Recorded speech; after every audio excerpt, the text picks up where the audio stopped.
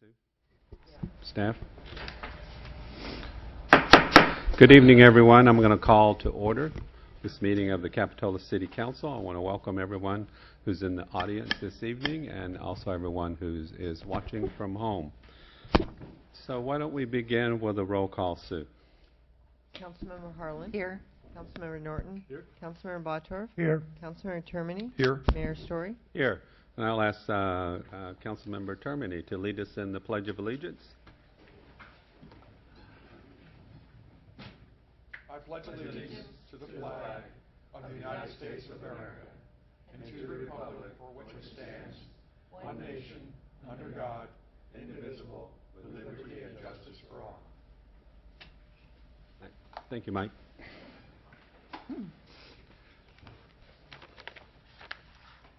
Tonight we have one presentation. This is a presentation of College Awareness Week proclamation. And I understand that we have our Superintendent of Schools, Michael Watkins, in the audience this evening. Michael, I think I'll come step right down here. Okay, thank you. And I really appreciate, your awareness and support of this effort. It began about 4 years ago with all the local colleges, Cabrillo, CSUMB, UCSC, coming together, and San Jose State coming together to try to create a college-going culture here in Santa Cruz County. Even though many students go to college here in Santa Cruz County, not as many graduate from college, in this. So we want to do that. What we do, real quickly, is we have every fourth grader go to Cabrillo College, and every seventh grader go to UCSC. And the surveys that we do pre and post have shown that those students leave those experiences really ripe for college. And so we really appreciate your efforts. I met with Henry Castaneda today regarding your efforts around Opal Cliffs. I used to call it J Street Park, but I guess he said he corrected me on that. And also the gym and also the safe routes for schools. So I think your partnership with schools has been very instrumental in helping kids in this area in Capitola succeed. So thank you for that. You're welcome, Michael. Here, come on up and let me read the proclamation and give it to you. And as far as we're concerned, it is J Street Park. So okay. You can. In this room. Not for him. And so. Whereas College Awareness Week is observed annually during the full week prior to Cabrillo College and College Career Night, which is usually the first Monday in November. This year, College Awareness Week is October 27th to November 3rd, culminating with College and Career Night on Monday, November the 3rd. The celebration is sponsored by the Santa Cruz County College Commitment, which offers additional resources to students and families related to college and career readiness. And I'm not going to read all these whereases, but we'll highlight a few of them. College Awareness Week is a countywide effort to recognize the importance of going to college. And our economic future depends upon providing access to quality education for all students. And highly educated students who can apply their knowledge on the job contribute to the economic vitality of our community, whereas our community recognizes and supports its students' quest for continuing education. And therefore, I, Sam Story, Mayor of the City of Capitola, do hereby proclaim October 27th to November the 3rd, 2014, to be College Awareness Week. And thank you for Michael for being here and being a leader in helping to educate our young people here in the county. Absolutely. You're welcome. Appreciate it. All right. Thank you all. Thank you.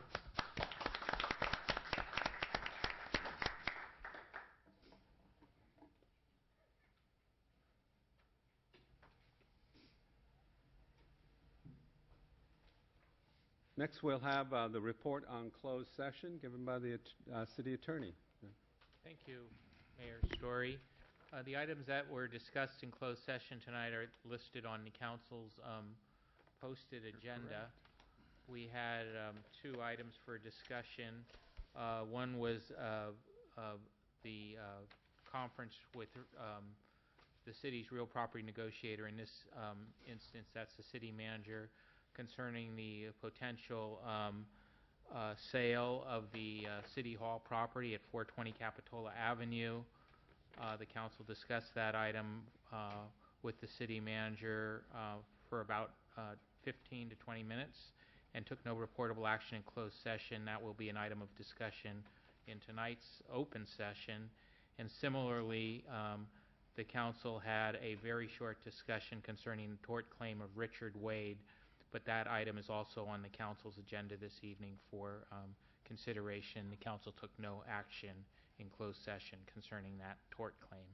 And that's the end of my oral report. Thank you, John. Next is identification of additional materials, and just want to let everybody know that we have received several emails, and at my count is 11 emails concerning item 9B, and also one email concerning the consent item, which is 8D. D as in dog. And we also had an updated current project schedule on item 9A, which was just handed to us at the dais this evening. And so with that, we'll come to additions and deletions to the agenda. But I think before we get, I wanted to inquire, how many folks here tonight are here on item 9B? Can you raise your hand? And I had a feeling that was the vast majority of you. And how many are here on item 9A, the City of Capitola 5-year Capital Improvement Program? That's about right. CIP, yes, okay.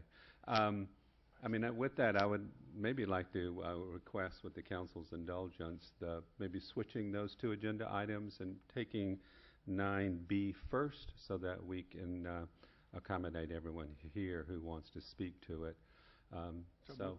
So there's a motion, and there's a motion and a second. All in favor? Aye. Aye. So we will deal with 9B before and first under general government public hearings. Is there any other staff, any other additions, deletions to the agenda? None. Council members?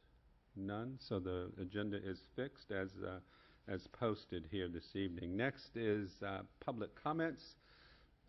This is an opportunity for members of the public to address the council on items that are not on tonight's agenda. Is there anyone that would like to address the council? Seeing none, I'm going to move on from public comments, and we'll get to item number 7 then, which is City Council, City Treasurer, staff comments. We'll start with staff comments first. Yes, Tom. Just a minute.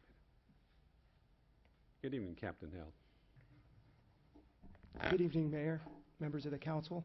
I just would like to remind the community and the citizens about the Monte fireworks this weekend, Saturday the 11th at 8:30 p.m. off the Capitola Wharf. The police department is prepared to close the roads if necessary at 7 p.m. Into the village, which would include the top of Monterey Avenue, Capitola Avenue, Wharf Road, and Cliff Drive. And we'll monitor that and determine when a good time is to shut those roads down. People will still be able to get out of the village. They just won't be able to get in until after the fireworks. Thank you. All right. Thank you, Captain Hill. Any other staff comments? Yes, Sue. Yes, I just wanted to announce that we have several openings on various city committees and commissions, because there are some of the seats are going to be expiring the end of this year. So we have open recruitment, and everything is on the city's website along with the application. So if anyone's interested, look on the website or give me a call in the city clerk's office, and I can provide you more information. Thank you. Okay, thank you, Sue. City Treasurer? No comment. Council members, who would like to go first? None? Nothing. Ed? I just have one quick comment, just a reminder that tomorrow will be the 9th annual Capitola Public Safety Foundation golf tournament at Seascape Golf Course, and has 78 golfers already signed up, but anybody's welcome to come out and support the foundation. There'll be a dinner afterwards, and you can still attend that dinner and participate in the raffle and contribute to the Capitola Public Safety Foundation. Thanks. All right, thank you, Ed. Yes, Dennis. I'd like to request that Jamie give us an update on on the negotiations that's going on with Capitola Mall and the Metro, and what's conspiring on the mall and what's going on there. See if you could. Councilmember Norton, I do actually have an item planned coming up in the next couple meetings to do a more thorough update, but as the council will recall, we entered into an agreement with Capitola Mall to fund public improvements associated with mall redevelopment. That was several years ago, 2011, I believe. We've been working with the mall and working with Metro, and currently what we've been trying to do is refine a potential design whereby we could move the transit center to another location on the mall property, which sort of frees up the front of the space for opportunities for the mall to engage in redevelopment, to develop more indoor-outdoor type spaces. And I do actually have meetings planned with both Metro and the mall for next week, as we've been having pretty active conversations, and we do anticipate a preliminary plan going to the Metro Board and the Capitola City Council, as I said, before the end of the calendar year. As with the economics of the mall at this point here, and everyone who has been there is experiencing what's happening over there in the closures, that I don't think it's too soon for the city to get involved in some way with that section of 41st Avenue, if not the mall, whether it be through a private consultant or someone that has the knowledge to lead us back into economic vitality in that building or that space there. But we need to start on this right away. It's an area that's it's our bread and butter in the city, and we're letting it falter. It's time for us to take a hand in it. So. Okay, thank you, Dennis. Stephanie? Well, I just wanted to report to the councilor and the community if they were interested. Really interesting project at Brookville Terrace Mobile Home Park, where PG&E came in and moved and changed the 10-inch force main. And in doing so, they had to make some adjustments to some people's homes. And one lady's home, they had to cut off a third of it, kind of relocate it and rebuild it and move it around over on the side. It gave her a lovely yard, and it really is an interesting, wonderful design, but very disruptive for her to have to move out and for all of that to happen. And a lady across the way also had she didn't want to do that, so they just removed part of her house and moved things around. But it's a very extensive process, and the contractors are still in there working on some lateral lines and tearing up the roads and so forth. But that was a big project. And yes, they did have the helicopter above that was sensing gas or potential gas leaks, and there's places in the park where they had to change the concrete and vents and so forth to be able to detect that. But that was a big project. I don't know how much that cost PG&E, but that was part of their one of their big repair projects, and that's just happened. So anyway, they've just been torn up and being rebuilt, and now they're going to be torn up again for sewer lines. So I said, we really hope this project goes smoothly. It's a big project. Also, keep in touch with us. Let us know if there's any problems or any delays or any disruptions, because we want this to go as smoothly as possible also. Yeah, okay. Thank you, Stephanie. Mike? I have a question for Steve.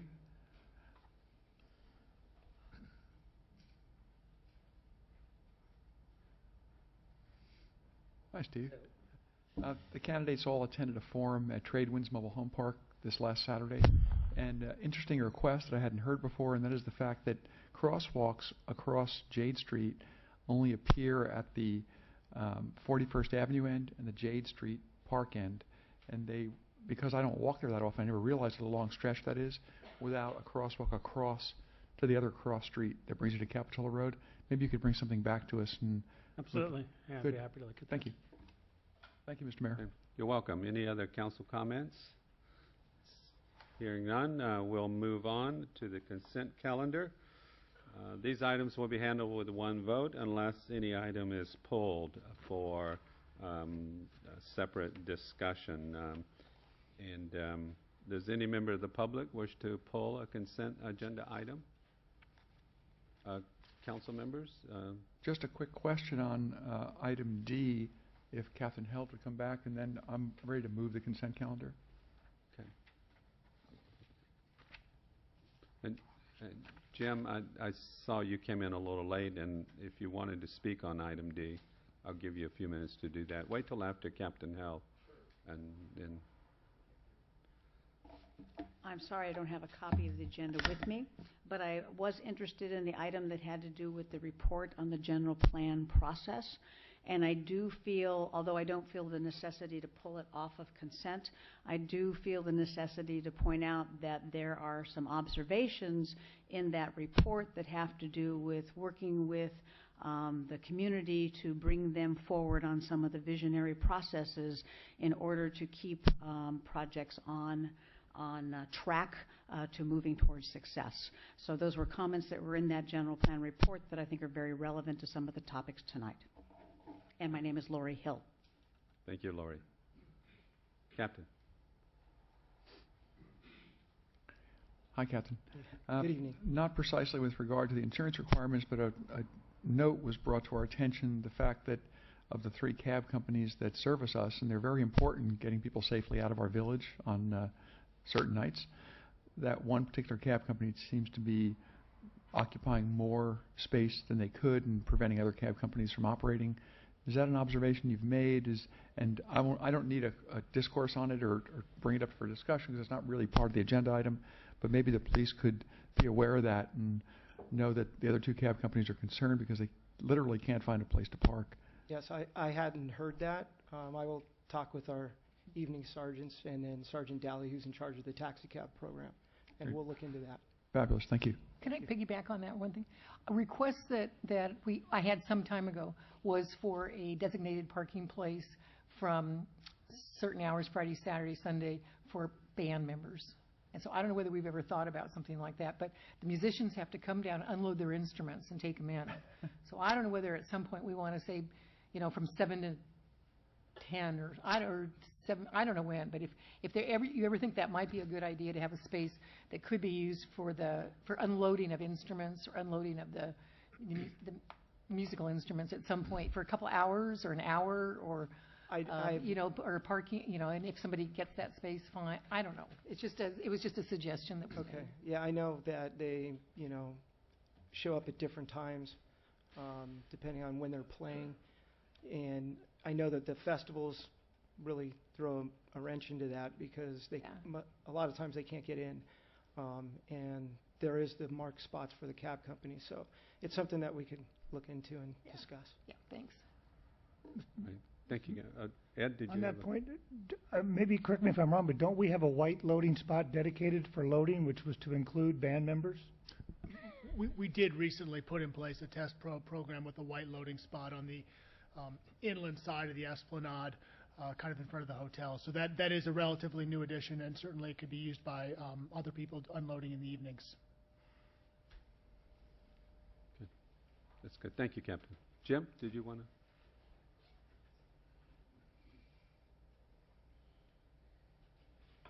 Thank you. I'm Jim Machado from Deluxe Cab Company.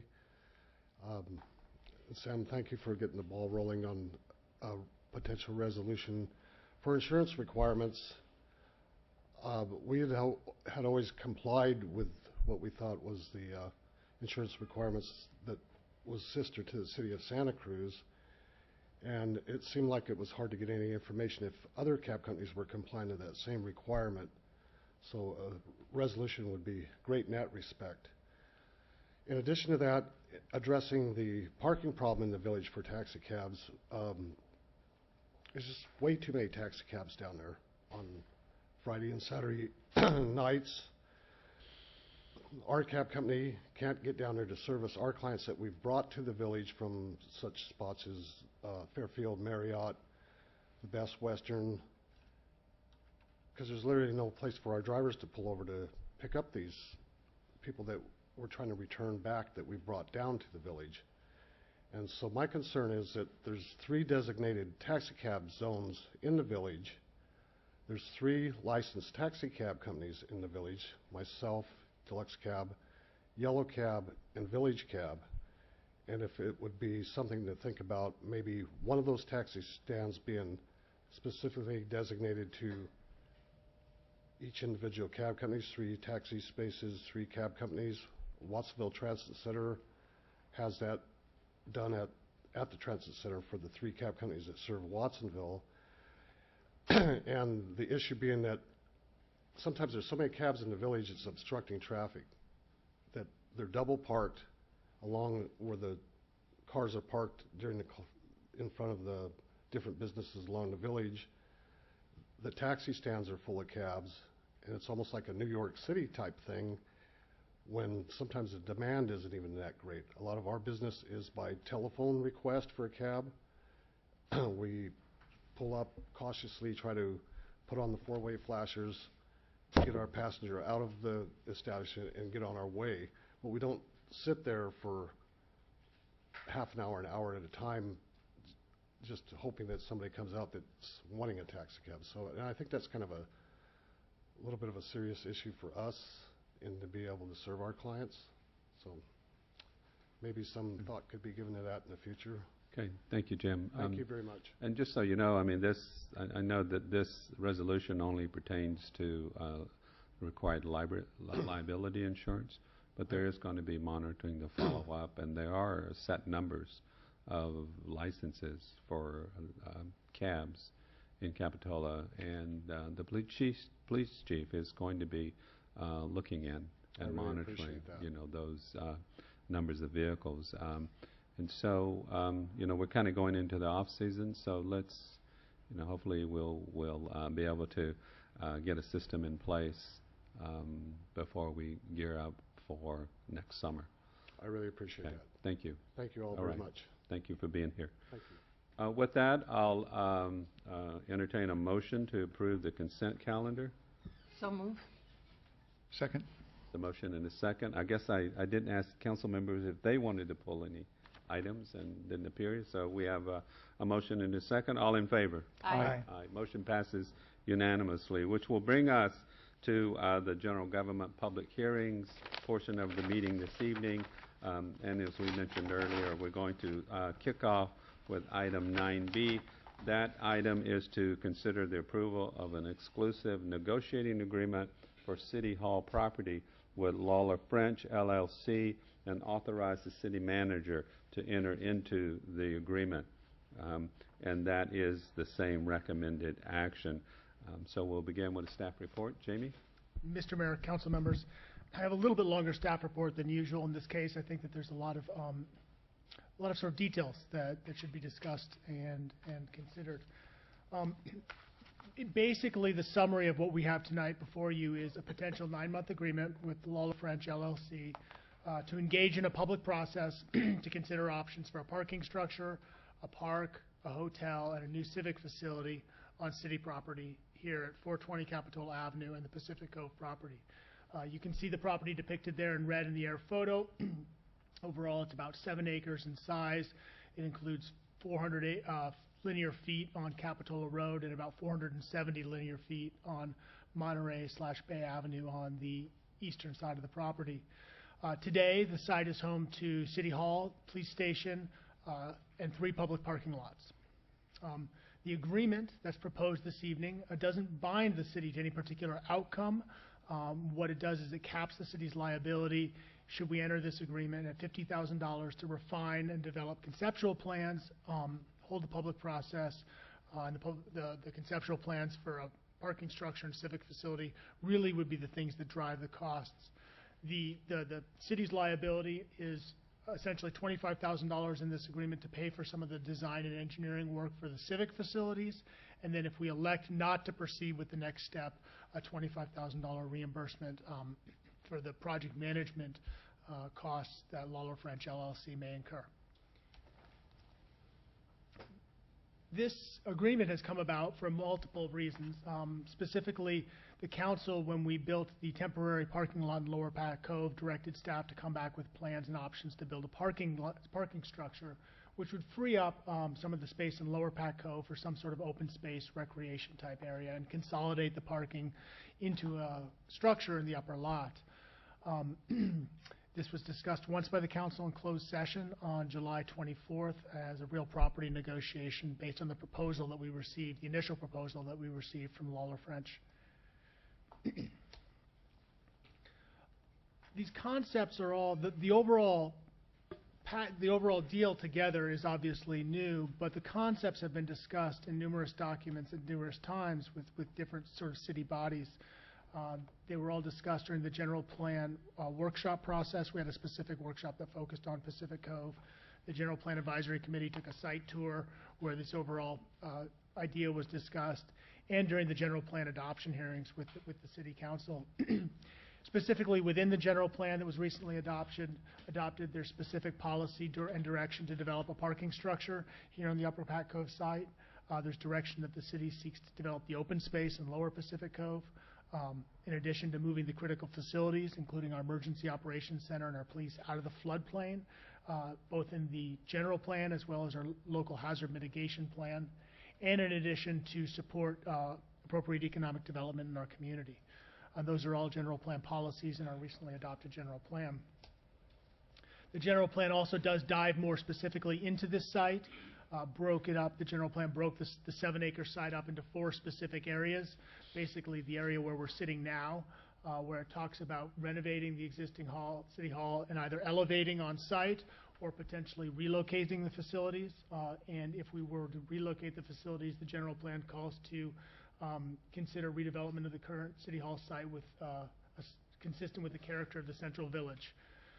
The Upper Pacific Cove site, again, is identified as a site for a parking structure in the long term, and then the Lower Pacific site, site number 3 on that map, is discussed as potentially some sort of open space recreation park area. And then lastly, the Monterey side frontage talks about maintaining the option down the road to allow a public or community facility within some or all of this area. This is the current site location where we're sitting. Overlaid on top of that, you can see the floodplain and tsunami inundation zone. So our police department and police station are located within those zones. And it doesn't take very long for people to recall back in 2011 when you can see the view right out the back door of the police station and the water was flowing through it. And the picture on the lower left was taken essentially looking right down on the frontage right down below us when the parking lot was a lake and this room was inundated with water. The challenges with getting from here to there with a parking structure are not insignificant. We've developed cost estimates for a parking structure where sort of a basic parking structure is in the $12 to $13 million range. Civic facility to relocate out of the floodplain if you built new is probably in the $8 million range, but that hasn't been, that requires more. There hasn't been a lot of work developed to develop that cost estimate. The debt structure to simply borrow for a parking structure is in the order of $750,000 a year. The debt service to borrow for a new civic facility would be in the range of $450,000 to $550,000 a year. So if you were to just borrow, the city were to just borrow the money to do that, we'd be looking at $1.2 to $1.3 million a year, which would reflect something about 9% of our current general fund. That's, in my opinion, too high of a debt load for a city like this to sustain without some specific funding sources to offset those expenditures. The goals of the agreement that you have before you this evening is really to hold a public process regarding these conceptual alternatives to achieve the general plan goals, talking about ways to free up Lower Pat Cove for open space or rec, to develop the parking structure, to relocate first responders out of the floodplain tsunami zone as part of the city's climate change adaptation plan. Given the fact that we know climate's changing and we know sea level is rising, well, City Hall and police have only gone underwater once. I think it's not out of the question that in the future they could become more of a frequent occurrence, and then also help facilitate economic development. At the same time, the goal seeks to limit the city's exposure, where we don't put ourselves in a position where the city can be exposed to unreasonable expenditures, and also try to develop a project that can self-fund, that doesn't require outside funding from other general fund sources, so that can internally fund as a standalone project. Obviously, one of the real first steps in this would be to refine how the project could self-fund and test with the developer team what real numbers would come off of a hotel. But in looking at preliminary estimates, I see about $550,000 to $650,000 a year based on the current TOT rate that could come out of a hotel like this. In addition, we've discussed conceptually the notion of a parking tax, whereby the parking would be provided in the public parking structure for this new facility, which could generate somewhere in the order of $100,000 to $150,000 a year. Those revenue streams would allow debt service of somewhere between 12 to 14 million. In addition, there could be other revenue associated with the project due to either the sale of the land, one-time parking fees associated with the development project. Obviously, that doesn't close the gap entirely, so other revenue sources would have to be found. Grants, look at debt restructuring, new parking revenue that potentially could come in from the new parking structure. So those would be the real challenges, I think, in this process, is to sort of refine these numbers and come up with a mechanism that does allow for a self-funding standalone project. Overall, the basic concepts that are being contemplated and would be tested and discussed with the community, should we engage in this process, is looking at the overall site, looking at potentially moving the first responders and the EOC out of the floodplain. One option that could be considered is moving to the other side of the property, which is location out of the floodplain. But certainly, I don't want to rule out the option to go to other sites if there was another site that became available. I don't think that decision necessarily has to be made at this point. Developing the parking structure, we would want to look at this previous design for a parking structure that was created, and due to some changed circumstances, it actually looks like the parking structure, the costs and the efficiencies of the parking structure may be improved, given that the previous design was created before the RTC owned the rail line, and in addition when we had a mobile home park right down below us. So it's possible that we may be able to increase the efficiencies of the parking structure with some design refinements. Looking at developing a plan for the public recreation and open spaces that would be freed up as part of this project. And then realistically, the new hotel, which from my perspective is sort of the tail at the end of this that would really end up financing the rest of the operation. So taken together, it sort of gives this complete picture for the 7 acres that the city owns. Again, this is an air photo with some conceptual bubbles drawn over it.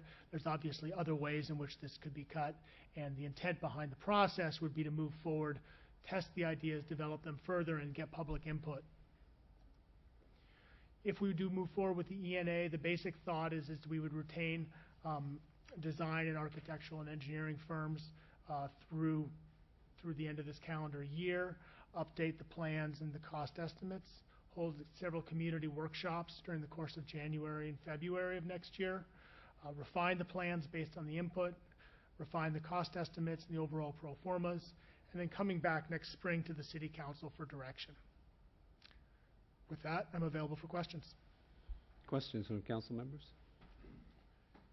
Jamie, do you have some conceptual parking structure drawings, city hall drawings that have been fleshed out over the course of the years that we could gather together and present to the public in community groups now without bringing a developer in yet?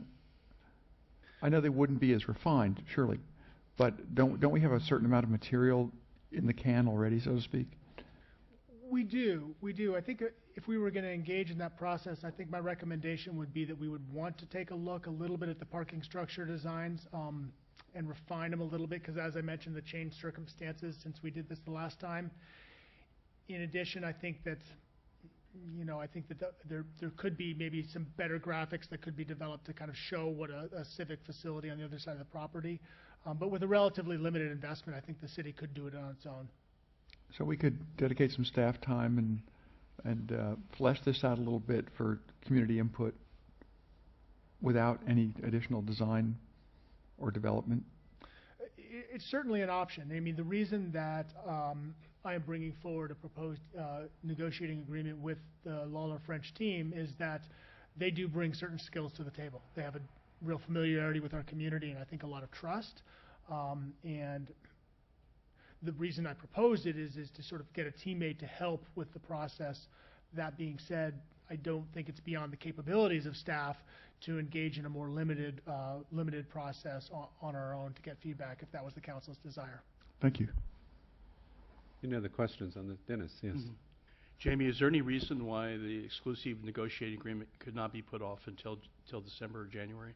Is there something urgent right now that we have to resolve to do this?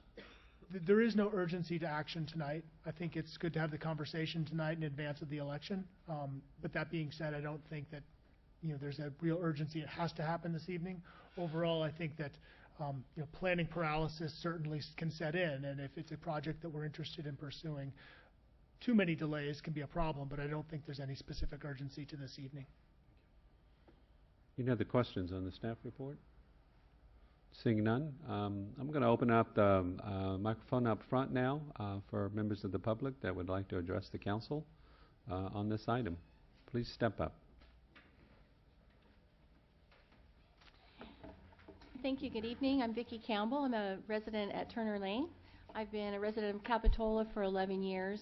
I love it here. Thank you all for your service to our community. I know many of you I've met personally, and I just appreciate everything that you do for us. We love this little town. I've read the emails that you received. I echo almost all of the sentiments within those emails in my concern for this development. I looked back on some internet articles. I saw one from July. Mr. Lawler represented Moss Beach Associates in an offer to buy the property. I now see his name showing up as a consultant to talk about some other things. I don't know all the details of his participation in two different ways. It sounds like there might be some conflict of interest concerns that need to be examined. Certainly, as someone interested in buying it and developing it, to consult with him on how it might be best used and to pay him and his team to do that sounds silly. I don't know when we ever have a seller pay a buyer to figure out what the buyer's going to do with their own property. So it just doesn't sound right to me. So I just wanted to mention that, you know, when I think of words to describe our community, quaint and charming and beautiful seaside village, and the things that are written about Capitola Village are all because of how we are. And I just look at a prospect of an 80-room hotel as being just a behemoth in this tiny, beautiful little seaside village. 80 parking spaces taken up by 80 new visitors to our village. It's just such a small and quaint area. I can't just imagine how it's going to be absorbed into what we now know and love, and how it could possibly impact us in a way that's positive. So I just wanted to have my remarks on the record and to let you all know that I'm standing with those who've already written to you in strong opposition to such a development of this area. Thank you. Thank you. Good evening. My name is Jacques Bertrand. I'm not ready for an ENA. I don't think Capitola is ready for an ENA. I was on the GPAC committee, and many of the points that are brought up that this project would bring about or help bring about, I like. But I also have to remember that a lot of people did participate in the GPAC, but not in general. So this is the kind of decision that I think requires a larger forum. I listened to Jamie, and he's trying to he's doing the nuts and bolts of how to make it happen. That's one aspect, the nuts and bolts. How are we going to pay for things? I understand that. But the main thing that comes first is, what do the people of Capitola think? I don't see that yet. So before we even talk about an ENA, we have to go to the people of Capitola and ask, explain, and win your case. It might be rejected. At this point it is. Thank you. Evening, council members. Mick Ruth, longtime resident of Capitola.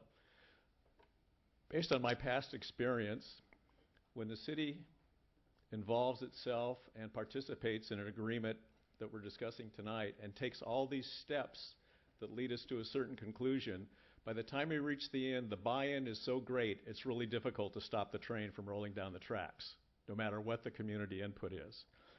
I consider myself a pretty informed citizen in Capitola, and I think I'm seemingly somewhat in the loop being on the Planning Commission. But I'll tell you, I was caught totally by surprise by the newspaper article talking about an 80-unit hotel on the City Hall site. I believe my fellow Planning Commissioner Gail Ortiz was too, at least according to the article of the Sentinel. So if we were caught by surprise, I can imagine what the community felt, and what we're going to hear in this public hearing tonight is probably not anything you would hear if the community had time to digest this and think about it and understand what's actually happening.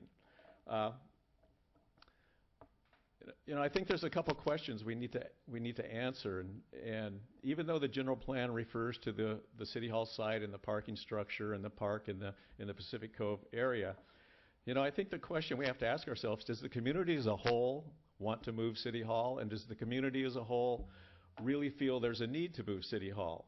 You know, I did a little research today, and you know, one of the things that I've noticed that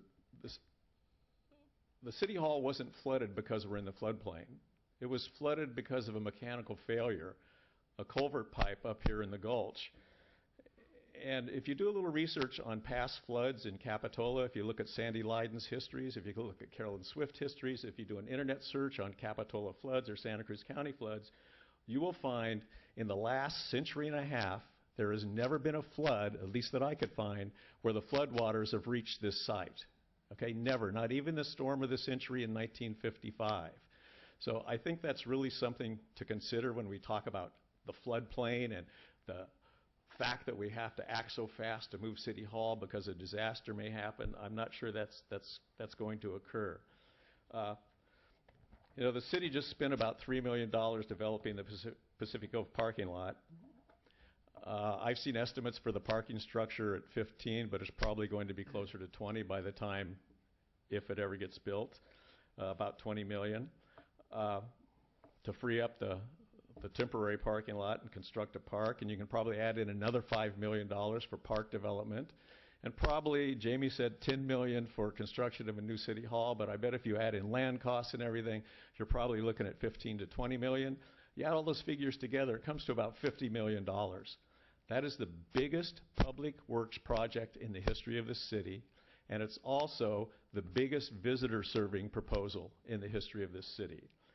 And yet, we're ready to step forth tonight after a newspaper article has only been out for 2 days to make the public aware. Just doesn't make sense to me. And it just begs the question, what could we do with $50 million? You know, we could repair every one of our streets. We could repair the wharf and set up a perpetual maintenance fund forever on it. We could build the needed restrooms for the north end of the beach that are so desperately needed. We could rebuild the Esplanade Park. We could add a second story to the police department, moving the essential services out of the floodplain, and the general plan policies would allow that. And we'd probably have a lot of money left over. So what I would urge you to do tonight is to continue this, allow the community to digest it, learn about it, and get some feedback before you react to this proposal and get locked in 9 months down the road to the point where the train is rolling so fast it's difficult to get out. Okay? Thank you. Thank you, Mayor. Good evening, members of the council. My name is Ron Graves. I could just say ditto to Mr. Ruth's remarks, but you know I won't do that. I will put a little history behind the idea of a new city hall. When I was mayor many years ago, I proposed a new city hall at the Rispin site. In those days, it was going to cost us, and that was the last time we redid the general plan, it was going to cost us $350,000 a year. You're talking about, you know, $1.5 million, $2 million a year nowadays for what you're proposing here. I think it's time to slow down and think about the consequences or the results of your decision. I agree with Mr. Ruth that $50 million is probably a figure that really what all this is going to cost that was laid out by Jamie tonight. In all my years in Capitola, and after the sounding defeat of the Rispin being the new city hall, I have never heard from the regular citizens of Capitola the need for a new city hall. We have a larger staff here at City Hall, but of course computers were supposed to solve that, and our population is going down, not up. That's kind of an interesting thing, but we have more tourism than we had before, which is good for the economy, so I can see why you're interested in a 90-unit hotel. My concern is let's get this out to the public. Let's redefine the parameters of what we're going to do under this agreement. Let's see if we can't make a better deal with the developers relative to the money that you put up front, because it's usually when somebody comes for an exclusive development agreement like this type of thing, they're the ones paying up front, and if you buy in at the end, that's the time that you put your money in the pot. This is kind of backwards, the cart before the horse. I just ask you to slow down, decide to put this out to the public for a good period of time. There's no rush. I plan to come tonight and talk about the so-called flood. You know, I was going to tell you that I'm almost 100 years old and it's never flooded in Capitola, and I was born in Santa Cruz, and I certainly know about that. But an infrastructure pipe in a storm drain does not constitute a flood. And those people that went to their insurance companies after that in 2011, didn't get paid, but those that said it was a break in the infrastructure did get paid. So it wasn't really a flood. It was a pipe break in a storm drain system, and we all know that. Unfortunately, the government agency that controls and maintains that storm drain didn't pay up the way they should have. So I understand where you are with that too. My final comment is I don't think the public's had enough time to digest this. I returned home from vacation on Sunday night, read the article when it came out. I know I haven't had enough time. I think it was enlightening what Jeremy said this evening. However, I think it's staff talking, wanting new digs. I don't know what the citizens of Capitola want. I don't purport to talk for all of them. I can only tell you that I think it's time to slow down and get their input. Thank you. Thank you, Ron.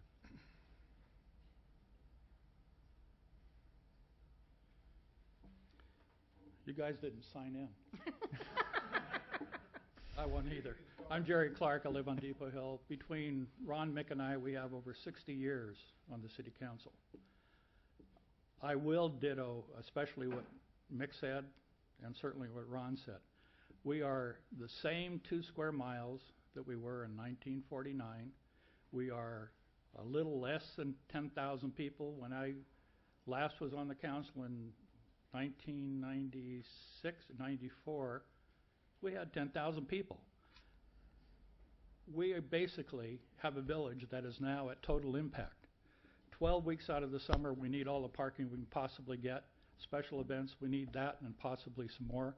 We don't need a $25 to $50 million project to encumber our community when we have infrastructure problems.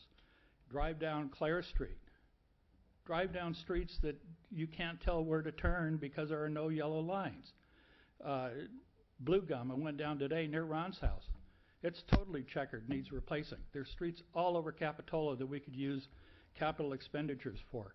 I know the impetus is to generate all of this revenue from hotel rooms in the community and especially in the village.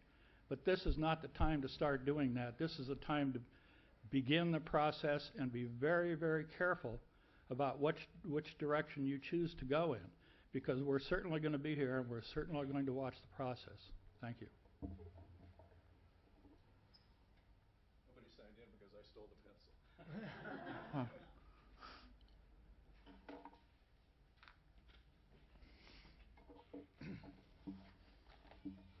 So far, no one has signed in, so I guess I won't either.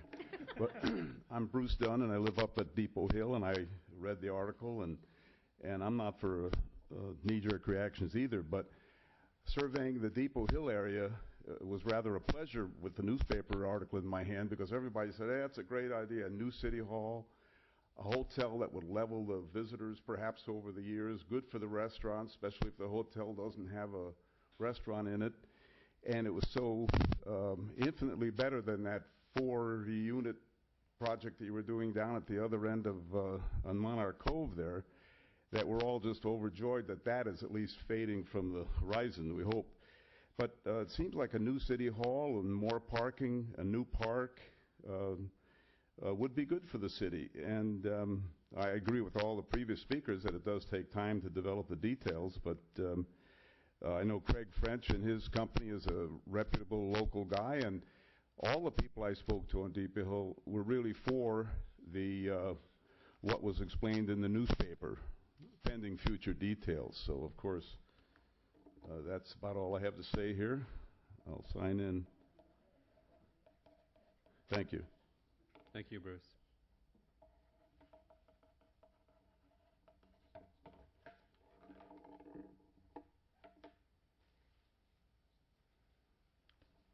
Good evening, City Council. I certainly don't, T.J. Welch, Depot Hill.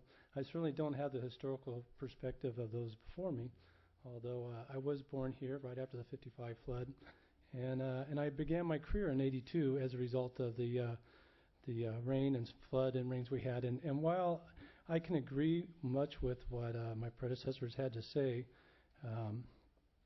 in regards to what's happened historically, I think some of it just happens to be good fortune for Capitola. I mean, Soquel in 1982 really took the brunt of what could have happened in Capitola by the logs jamming up the bridge and causing the flood in Soquel. It could have very well have happened at our bridge, and I don't know that we have a plan for that. I want to say that I support this, but I want to preface it by saying I'm all in favor of giving the community an opportunity to take a look at it and see what it has to offer. I think that you have a reputable person that you're making this contract with. I think that certainly bodes well for us and taking a close look at what they have to offer. I have a little bit of a different perspective. While I don't have the history, I just retired out of 32 years in the fire service. I spent much of that time as a member of the FEMA USAR team. I was on a state command team that traveled the state in large incidents. And really what you find out is these incidents don't come necessarily because maybe you get that freak tide or something's going to come in flood, what we call our floodplain, or it really doesn't matter how they pick these incidents to happen. It's not our choice. I think we just need to be prepared when that happens, and timing is everything. We mentioned in our general plan that we need to look at moving our critical facilities into an area outside of the floodplain, and I think this is a good time to look at it. We have someone that's willing to take a look at our current site. I think it bodes well. I am one that is not in favor of a new city parking lot if myself as a taxpayer has to pay for it. I pay $30 if I want to park in front of my own house during the summer. I certainly don't want to pay for tourists to park here. I think this is an opportunity for business and tourism both to step up and do that, and I think that's another reason to take a look at it. You know, I've learned in the risk management, if it's predictable, it's preventable. And I think we really ought to look closely at taking an opportunity, whether it was a pipeline failure or the flood came from the ocean, to me, is really irreverent. It has to do with what we can do with those services if we're having to take care of our own before we get out and take care of others. So the only other considerations I'd have you look at, I would hope, is maybe consider moving the library in with it, make it a community center, an open park, having that all as one area. I think Major M, this would be a great way to put Major M towards that parking structure as well. I can support the taxpayers paying for a parking lot. Personally, I'm not in favor of doing that. And it looks like with the TOT, with other hotels, and maybe Major M gives about $800,000 towards that project. So with that, you have my support for it. I think it's good for business, it's good for tourism, it's good for the city, and it will help the taxpayers not have to share the burden. Thank you. Thank you, T.J. Hi, my name is Linda Hanson. I'm a resident of the Central Village, and I was a member of the General Plan Advisory Committee, and the idea of the hotel and moving City Hall was floated sort of theoretically occasionally, and met with, as far as I can remember, pretty much universal disdain. I don't know anyone that liked this idea. It made it into the general plan, and I did actually object to that because I did not think it had been floated to the community. I'm not here to actually say this is bad or good, okay? I understand there are reasons why the police and fire and stuff like that are supposed to be moved out of the floodplain. I don't know if this is the only way to do it, but I am quite certain that the public has not been consulted on this nearly enough, and that is my main problem with suddenly we are talking about passing an agreeing to have an exclusive negotiating agreement. I totally agree with people that say this is putting the cart before the horse. In reading the whatever it is, staff report, there we go. In reading the staff report, I think at least it sounded to me like, oh, City Hall and the, this proposed manager would do public outreach. I do not think this is the way you should be doing this. I think this is going to be a very hard sell, okay? I think you need to be out there and explain to people before you do an exclusive negotiating agreement why this needs to be done, if this needs to be done. I think if this is, you know, maybe a $20 million project, maybe a $50 million project, it is probably the largest, you know, dollar-wise project in the history of the city of Capitola. I think citizens should be putting their 2 cents worth in. I think it would make sense on something of this magnitude to create a temporary committee of citizens that maybe should be helping present this, you know, helping do public outreach for you, or at least be able to be giving a different point of view. I don't think trying to sell this by having City Hall and the project manager come in and, you know, try to sell it, I don't think that's the way it should be done. So my objection, I'm willing to be sold on this idea, although the cost seems awfully high, but I really think you need to get the citizens way more involved than they have been, and I do not think you should be passing anything like this tonight. Thank you.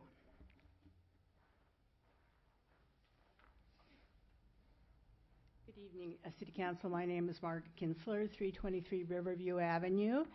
My parents bought that house in 1960, so I've been witness to floods or no floods in Capitola since that time, and the police department has never flooded. Our house, on the other hand, came about this far away from flooding in 83 or 85. But City Hall and the police department have remained floodless. I don't see it as a grave threat.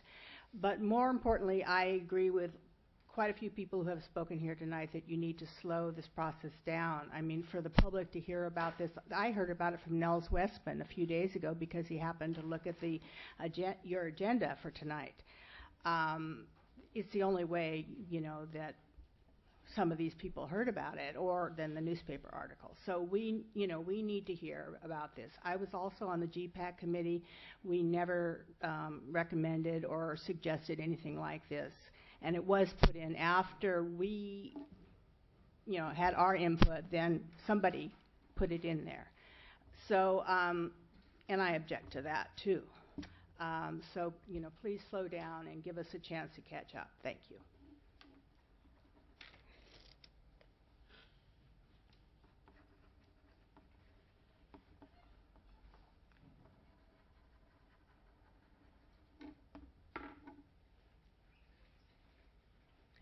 Hi, my name is Linda Smith. Many of you know me. I'm a planning commissioner. I'm also president of the Board of Trustees for the Capitola Museum, which would be kind of impacted by this change.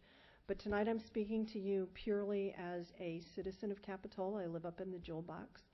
And I am not surprised that this is coming now. I've heard the vision, I've seen the vision, and I don't oppose the vision of what we're trying to do to bring, you know, a center of community gathering to the village.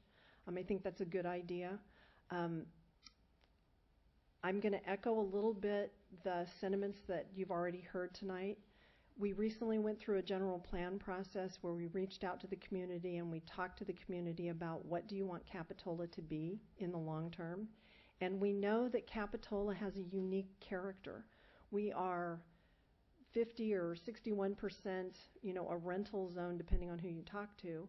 We've got a lot of third and fourth generation families who have grown up here and live here and are used to the small town character that we have evolved to, and they don't want to see that change.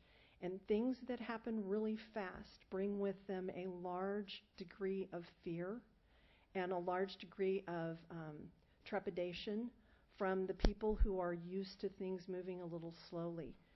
This idea is progressing at a pace that is shocking to the core community that we have, I think, before us. So I'm not opposed to the vision, absolutely love the developer.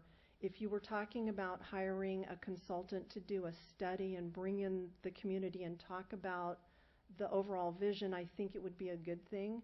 But talking about an exclusive negotiating agreement with a developer to develop a specific result is scaring your community. On the eve of an election, which is going to put a majority on the council, I think the timing is not good. And I'm just going to reiterate the slow down and think about it a little more. Get a little bit more buy-in from the community so that when you get done, you've got a place that really is a gathering place because the community's bought into it and they'll make it what the vision holds for it. If we do it too fast and we just get it done, it'll be potentially an opening to a whole different community that Capitola has not been in the past. And it'll be a visitor serving community that'll be more like Orange County and more like places that just have a lot of transients and don't have that small town, hometown heart that we have in Capitola today. So I just caution you to look at the dollars. It's not a $20 million plan. When you get it done, it's going to be much, much more than that. And is that where we want to put all our money? The library doesn't really want to move, so if we do this now, we remove all of the potential funds that we could use to build a good library for the community of Capitola. And I just think you need to think about it before you enter into an exclusive agreement. Thank you.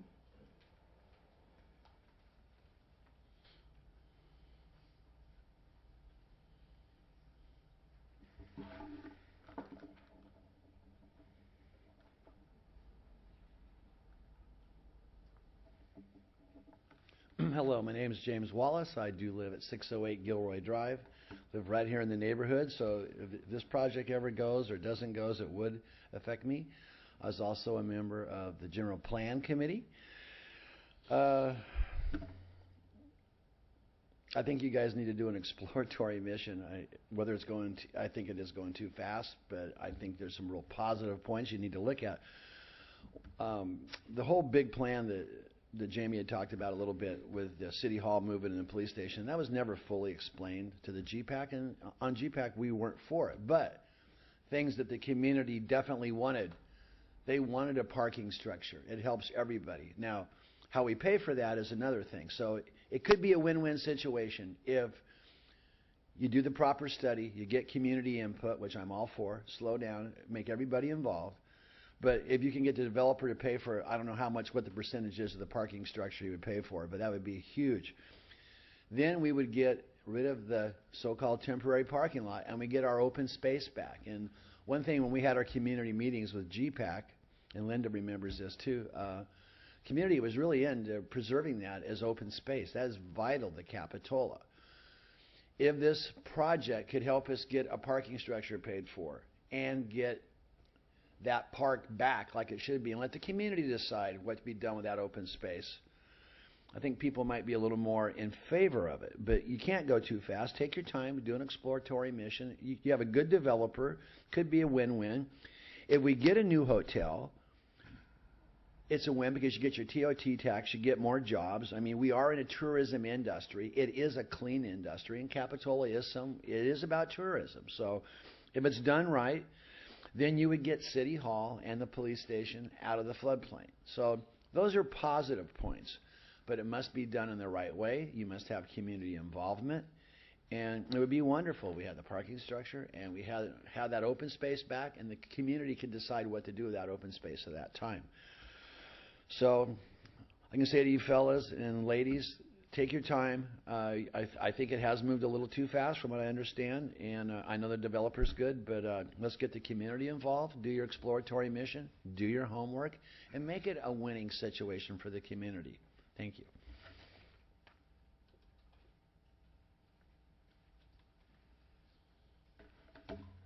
My name is Lori Hill, and I've been knocking on doors as a part of my council campaign. And when this came to the newspaper's attention, to the neighborhood's attention, everybody was in shock and awe. First, I respect the process that this community went through for the general plan update. I respect the visionary approach that document represents. I also read carefully the report that following the general plan, which indicated that it had good participation, but we weren't exactly sure whether it was fully representative of the community and their vision. I do respect the safety concerns for City Hall and the police department. I do believe that somewhere down the road, this is going to be an important thing to address. Daylight this project. I don't think anybody could have put it any more eloquently than Linda Smith did with regards to introducing such dynamic change to this community. You need to build the bridge. You need to build the bridge from where people are to where you want them to be in this vision, and this has not happened in this process. I have concerns about exclusive negotiating agreements. There wasn't enough information in the staff report to build the confidence in me that there's such expertise on this team that would necessarily mean that they should be the team that enters into this agreement. That's not to say that they don't have it, there just wasn't enough information. I'd like to see if this is all stemming from the idea that an 80-room hotel can fund this $20 million, and I'm hearing that number to be much larger than $20 million. Wouldn't we want a hotelier involved in this discussion at this stage to really get a better understanding of whether they can cover this $20 million expense? Previously we went through an RFP process when we were talking about McGregor. Seems like we would want hotel managers in on this conversation. I would like to know what the useful life of such a report would be. I'm thinking that, and I looked at the staff report, it could be a $50,000 staff report, and maybe the community's ready for this, maybe they're not. If they're not, we may have spent $50,000 that will have to be revisited again at a later date. And I think my closing remark would be that I worked for the city of Novato in the 80s, and we worked at a little ramshackle wood framed homes, little historical houses that were literally falling apart. And that was our Civic Center complex. Even to this day, if you look at City of Novato, it's symbolized by a cute little church. Well, it wasn't really cute to work out of, I'll tell you that right now. But we went through an extensive process to put together a civic center, something we thought the community would be really proud of. And in the end, the community just chewed it up and spit it back at us because we didn't bring them along with the process. And so I really encourage you to do a little more daylighting with this, and I appreciate your time. Let's move our CIP projects forward. Thank you, Lori. Is anyone else? Please step up.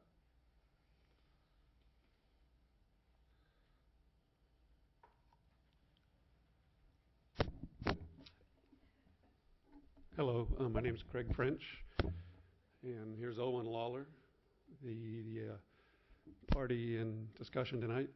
I'd just like to make a few comments, or we'd like to make a few comments. First of all, I worked for the City of Capitola for many years, and Ron and Mick and Jerry, who have a collective 60 years experience on the council, were my bosses at the time, so I certainly respect them, their opinions, and their concerns. I'm not here, we're not here to push anything down anyone's throat. We regard ourselves as a piece of a larger puzzle, and if that piece helps facilitate a community vision for these accomplishments that you want to make, a parking structure, reclaiming a park, relocating a city hall, then we're here to help facilitate that. Yes, we're interested in building a hotel on this site, but it's only if the community wants to move in that direction. So really we're the tail, and we're not the tail trying to wag the dog. We're literally the tail of this puzzle.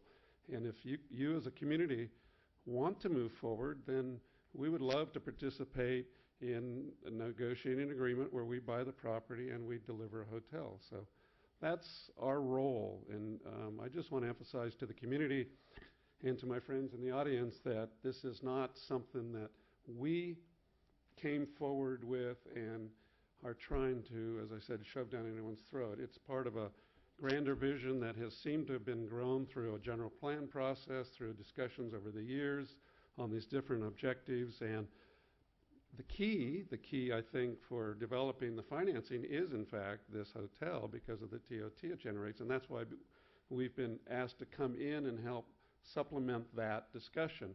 So that's our role, and we're here to, as Owen says, be at the will and service of the city if they want to move forward on that.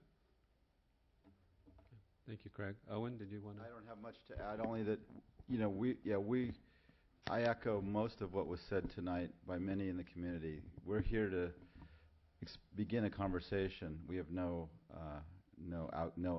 attachment to an outcome, and we're here really to listen and to learn more along with everybody else. And if we can help with our experience and our background, we're here to help if that's what the community and your council would like to see. And if there's other directions, that's okay too. We're just here to really, any process like this is going to be a long and needs to be vetted fully with a community, especially a community like Capitola, but any community, to make sure that everybody who's going to be a stakeholder has had their chance to be heard and put together a vision that reflects everybody's needs and desires. So, right. Thank you, Owen. Thank you, Craig. Does anyone else wish to address the council? Going once, going twice. Okay, I'm going to close the microphone and bring it back to council for further deliberation and potential action. So, Mike, would you like to Sure. begin? I'll jump off. Just a quick note and a preview of the report that you'll be getting in the next couple of months from the Library Ad Hoc Committee, that we are recommending that the library stay where it is. So I'll take that discussion off the table. And then a quick note on how this process took place. I think that while certainly no laws are broken by pursuing some conversations, we've all learned from our ethics training that just adhering to the law is not enough. Once we do something that shakes the confidence of the community in its government, we have stepped over the line. That was not the intention. There were no clandestine meetings fashioned to be clandestine. So, and I won't chide staff in public or in private because we set them on a task. They researched it. Thank you. I don't think the election has anything to do with this. I think that, whether we discuss it now, discuss it after the election is not an excuse to delay something. Elections come, elections go. We carry on. We're no less responsible for our decisions now than if we do or are not reelected. Irrelevant. The note of hard sell, it should not be our job to sell a project to the community. It is our job to present a project to the community. It's the community's decision to accept a project. There should be no selling of anything. It irritates me when I hear that. I think this circles around to one important question. This all started, we set staff on a path. How can we build a parking structure? Where are we going to get the money? How are we going to do it? How are we going to free up the open space? The hotel issue came, again, as the tail of this, as a path to do it, and an interesting one. So do we need a parking structure? I don't know. We have to decide that, and we've decided it over and over again, and we talk about it, and we go, well, we really want one? Maybe not. It's one of our favorite things to do. I would like to send this back to staff with material they have to start the program of public outreach. I am somewhat discouraged sometimes, and the GPAC members can echo this. We had many, many meetings, and the GPAC committee was always up here, and the same 12 people were in the audience from the community. If I could get 100 Capitola residents, 100, 1%, to a community meeting about this, I'd be overjoyed. If it takes every council member a day to go around each neighborhood and put flyers in people's mailbox, I don't care. But it's just, no matter how hard we seem to try and how hard we reach out, when any of these projects come full circle, people are still at the podium saying, this is the first time I'm hearing about this. What's going on? So we have to do a better job of that. And while we do not need to act fast, we know that time kills deals. And I understand the exclusive negotiating agreement. I understand that when we bring someone in, and we want them to put time and effort into it. They want to know that they're the only person we're bringing to the dance for that dance. What we have to be careful of is an exclusive negotiating agreement that lasts for 20 years. Any of those come to mind? All right. We know what that's like.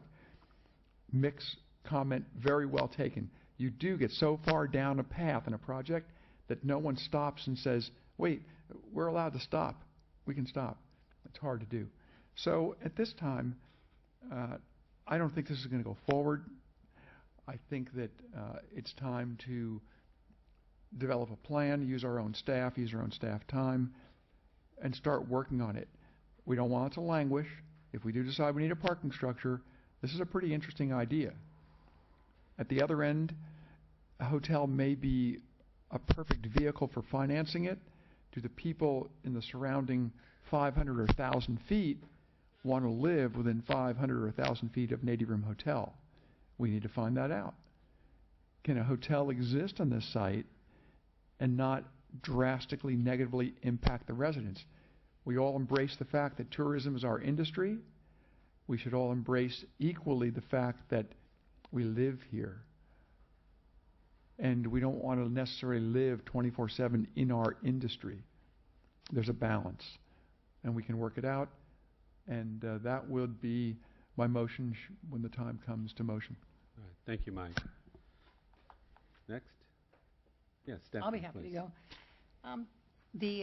The idea of a parking structure, I was willing to explore as an idea, but I still don't see the need for it. And I think we need to wait until next summer and get the results of the parking situation in our new parking lot. We had part of a summer. I'm not sure how much we had for counts, but we at least need to give it another summer to see how effective that is. And that may be all we need. We just need to see how it's working and see if that's going to do the trick. And as far as providing more parking for the village and to give any of the neighborhoods relief and so forth. Definitely we need to, I think, stop the process. And we just went to the community to say, we really need your help financially. Please pass this sales tax to help us, because we depleted most of our emergency reserves with expenses, part of which got covered by insurance company, part of which didn't, and we ended up having to just absorb those costs and so forth. And we have a very wonderful, exciting CIP program, and we have a lot of other city projects we're working on. So for me, this one's way off on the back burner. The other thought is, the concept of an 80-room hotel right here. That's going to require a lot of discussion, and the perfect place for that was the general plan. And for years, I've had great hopes that the general plan would bring us this document that we'd embrace and we'd move forward with, and we'd have all of our little ideas and controversial ideas and new ideas and changes that we wanted to have in the city. That's where we'd talk about it and see what we wanted to do, rather than do things piecemeal. For the last 10 years, we've done some things piecemeal. We've rezoned some land. We've done some other things that really belonged in this greater community discussion. So now we have this, and the feedback I've gotten is, why do you want to do that? Why do you want to put a hotel in a floodplain? If you want to get the police out of the floodplain, you want to put a hotel there? I said, and I'm not convinced either that people in this town want a 80 hotel room here. The congestion and so forth already here is pretty terrific in the summertime. And as you notice coming down the hill from that side of town, it is from 4:30ish, bumper to bumper, bumper to bumper coming through as people are avoiding the freeway and coming from Santa Cruz to Aptos or Soquel. And, we're still this big crosstown traffic, which is getting worse all the time, as we know. It's getting heavier. So I'm not sure we need an 80-room hotel here, or people would want that, or they'll say, that's just too much development for the village, too much development for the city, too intense, we've lost our charm. What are you thinking about? What are you doing? I'm not sure people want us to daylight the creek. I think that's a really interesting idea. I don't have enough information to say, yeah, let's go for that right now. And so I think we need to wait and see. We may just need that parking lot, and that temporary parking lot may be just terrific for 10 or 20 years. And so I kind of wait some more time and work through our work plan that we have right now, which is very busy, very busy. All of our staff members are up to here. And keep our eye on the ball, fixing the streets, trying to fix some sidewalks, trying to do some ADA projects, and finish some things around town that we said we were going to do with that Measure O money, and keep providing good services, and wait for the future for this kind of a idea. Certainly, talk about it at later time, but right now it should be on the until I hear more walking and talking to people. I'm not ready to put it on the front burner. I think the candidates are talking about it. We're getting good feedback. We need to just continue that after the election with public meetings and some discussion about this idea, and to see what parts of it you like or what parts you don't like. The people in my neighborhood in the North 40s, I don't think are too excited about paying for a parking structure in the village, at least the neighbors I've talked to. And, even though that would bring in more sales tax, it's quality of life. And just their idea of paying, even if it's part, their money going for a parking structure in the village is real strange to them. And, they can go along with this parking structure, that parking lot there. But they want to be taken, the community wants to be taken care of now. And they see the deferred maintenance, and they want that taken care of.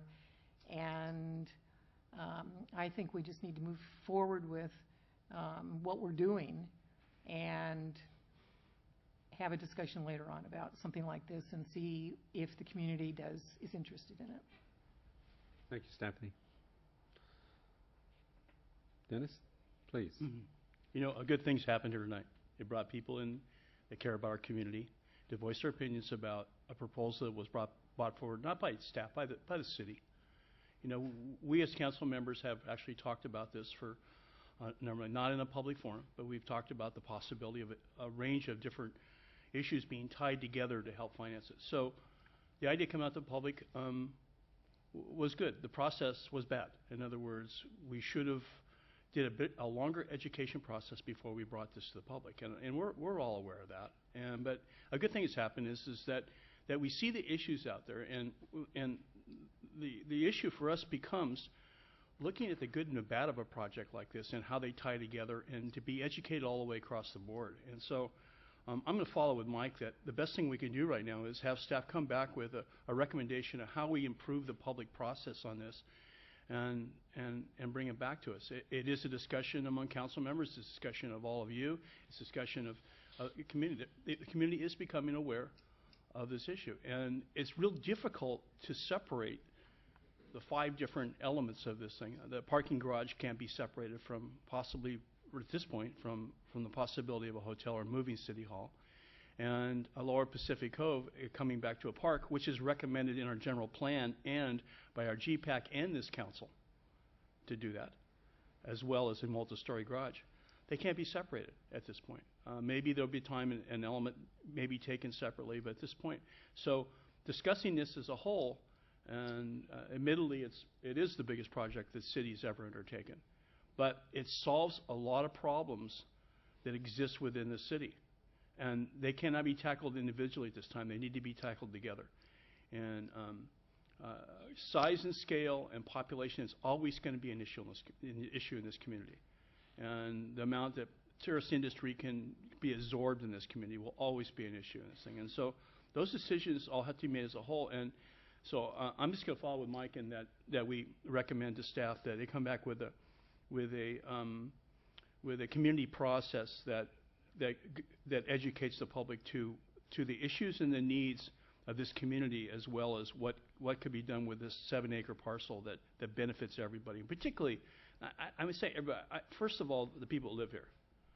The tourist industry second.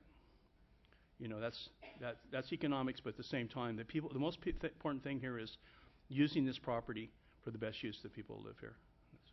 Can I just say one last thing I forgot? Sure, go ahead, Stephanie. The fact that we have planning commissioners here that didn't know anything about it shows that it's a really bad process. And I really want us to take a deep breath and look at that. And next time we have something like this, we absolutely need to bring the planning commissioners in early.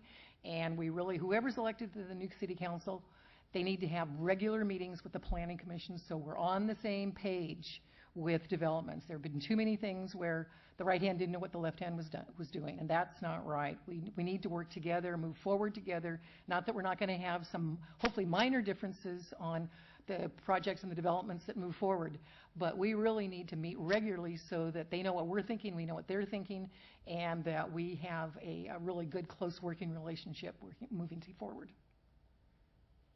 Thank you. Ed. Thank you, Mr. Mayor. I'm a little confused, I'll have to admit. I don't have the tenure in this town that has been expressed tonight, either on committees or as in public office or living here.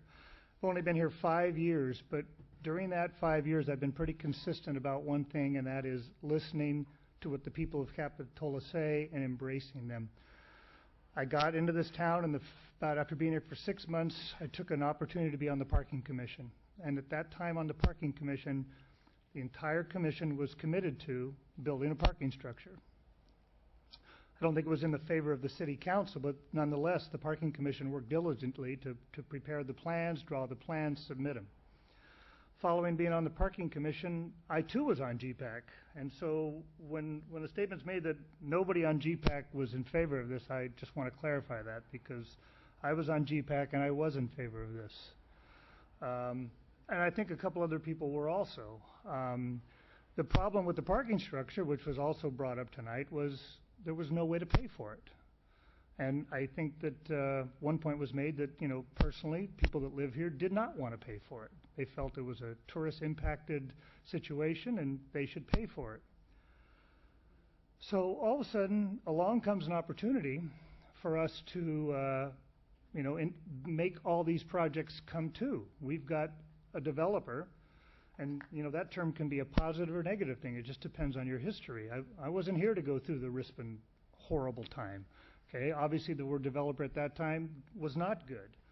I think the person that's come into this project has presented himself as a credible source. He's got roots in the city and public works and other projects he's done. Somebody mentioned we should hire a consultant. That's one thing Capitola does a lot of. They hire consultants to look at things that never happen. If we were to hire a consultant to come up with a plan, we'd probably spend $40,000, $50,000 just to do that.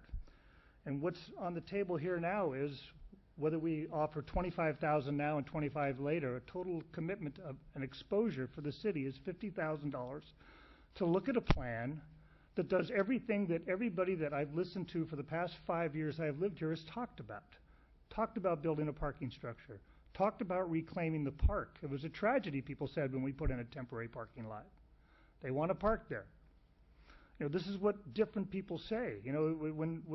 When they attempted to build, or to go up and try and put a project in on Depot Hill, the people from Depot Hill rallied against that project because it was never explained about how it could work. I think it was a horrible job of trying to deliver that.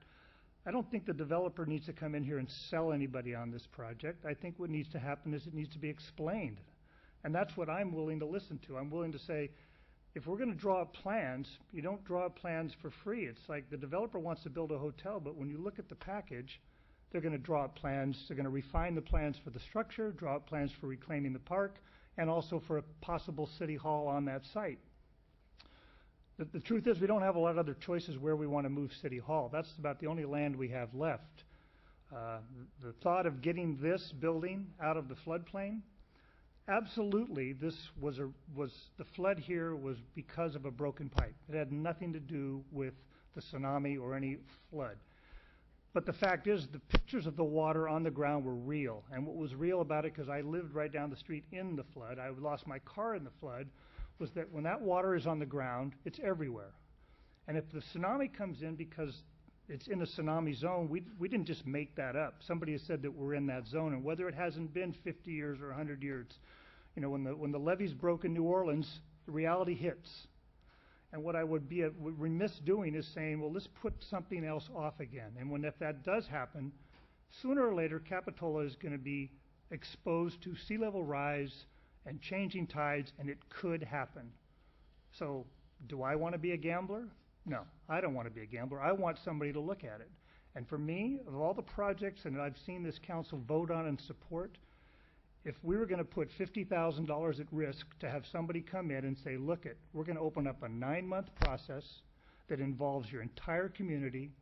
We're going to have meetings, we're going to have discussions, we're going to engage every possible way we can. We've got a person that is a credible representative of this community that I think will make an effort to go out. I don't want to sell you on it. I don't think anybody up here wants to sell you or should dissuade you on it. I think that it should be an open presentation where you ask all the questions you want, and at the end of it you say, we don't really want that parking structure, we don't really want our park back, we're just happy leaving the spaces we have. For me personally, when I agreed to put in that lower parking lot, I said to people, I said, I think we need the parking. I think we already proved by last summer, the entire summer, that it relieved the circulation in the village.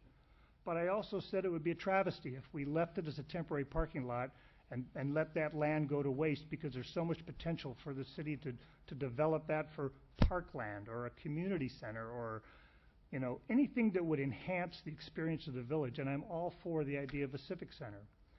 So I'm not sitting here trying to convince you that we want to sell City Hall, because I can't even imagine that. What I'm saying is I will put $50,000 at risk to say, let's look at the plan, let's see if it works, let's have all the meetings, and if in April or May or June we come back and the people of Capitola, and not 10, not 20, I would like to see the numbers like we had when we had Depot Hill in here, and there are 80 people in this room saying absolutely not in my backyard.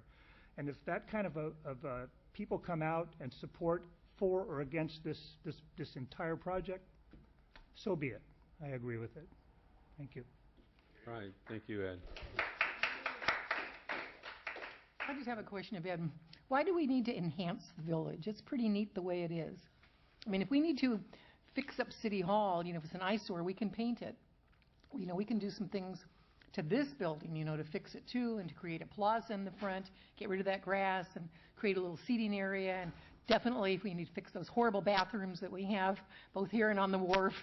And, we can, the village is the village, and I'm not sure we need to enhance it. Just a quick response, Mayor, if you don't mind. It's up to you, Ed. I listened again to the people in the village, and what intrigues me about this hotel operation is it was a hotel that was going to come in with 80 rooms and no restaurants. And what that does is that means more business for the restaurants in the village, more vitality, more people staying here. We get 8,000 to 10,000 people at our beaches every weekend on the summer. All we're talking about is 80 of those are going to stay here, okay? We're still going to have the same traffic. We're still going to have the same circulation. They're going to stay here. They're going to go into the village. They're going to eat dinner. They're going to spend the night. They might even get up in the morning and shop. I worry about the vitality of the village. I worry about the vitality of the mall. People don't come from Danville or far away to come to our mall. They come to our village. Somebody said it at the candidates forum. The heart of the city is the village. And I believe that we need to do everything we can to keep the village vibrant. And vibrant means new shops, potential hotel. A hotel is not going to hurt that. Is it going to inundate the residents in this area?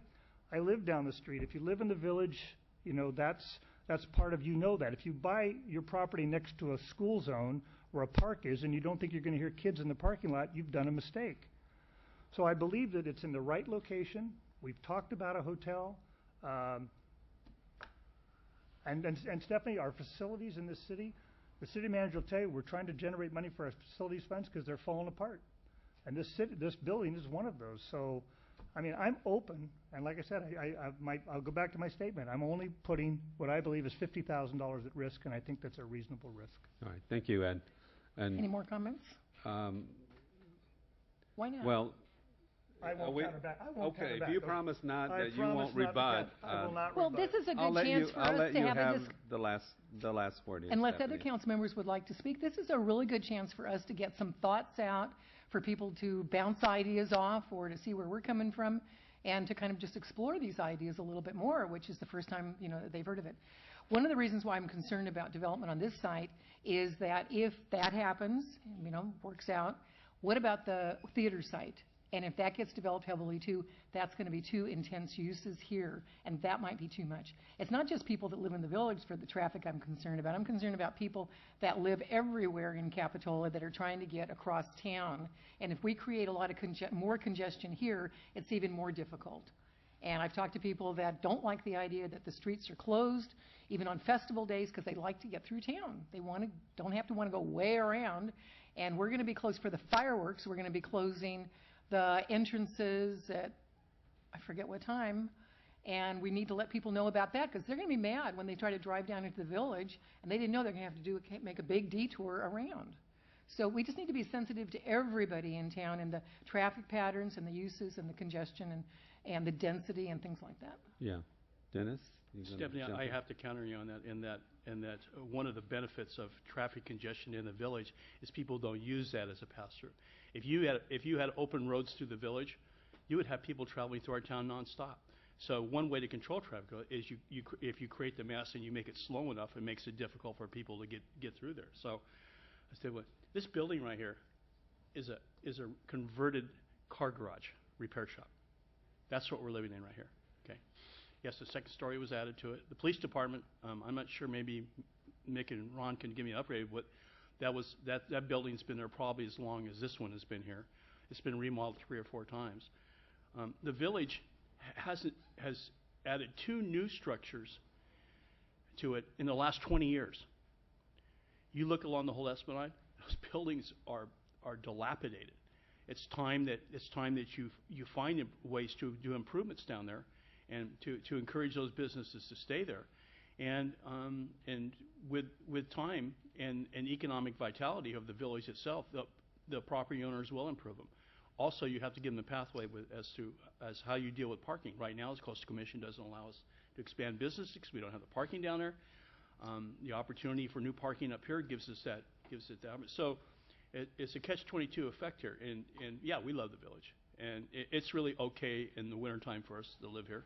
Summertime, it's hard to get a reason to go down there except for dinner, but it still is our village.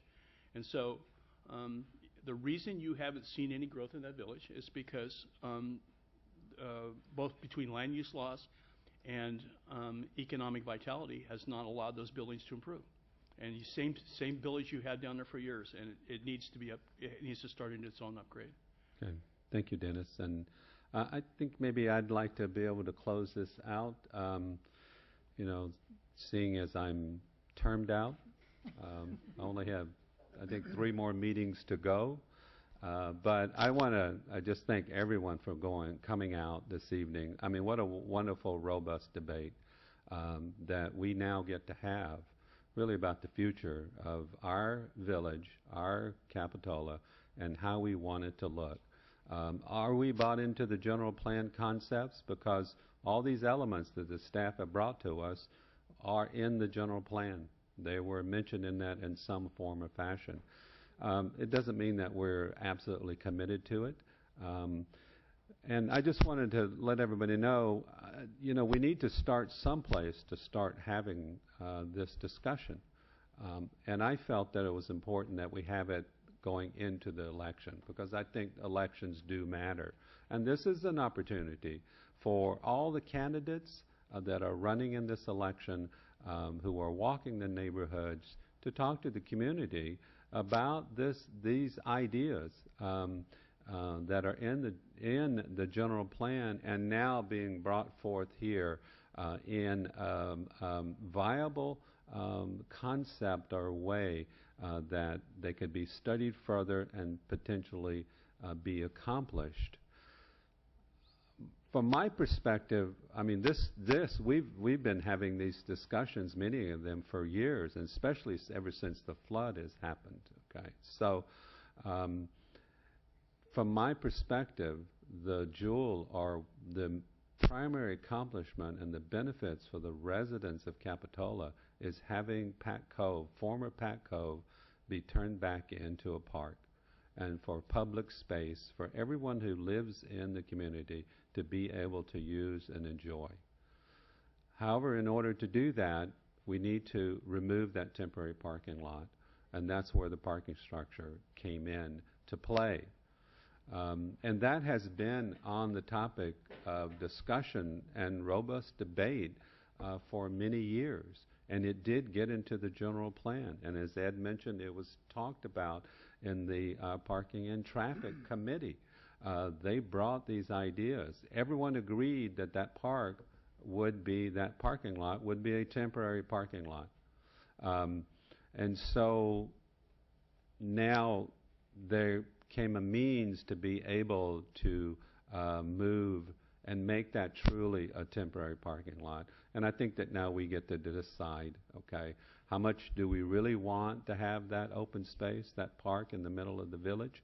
What are we willing to pay in order to accomplish that?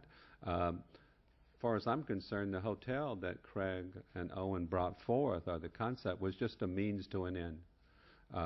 And it is maybe a price to pay if you want to have other benefits in the community. Maybe it's too big of a price to pay. There are other ways to achieve those same ends. You could raise taxes.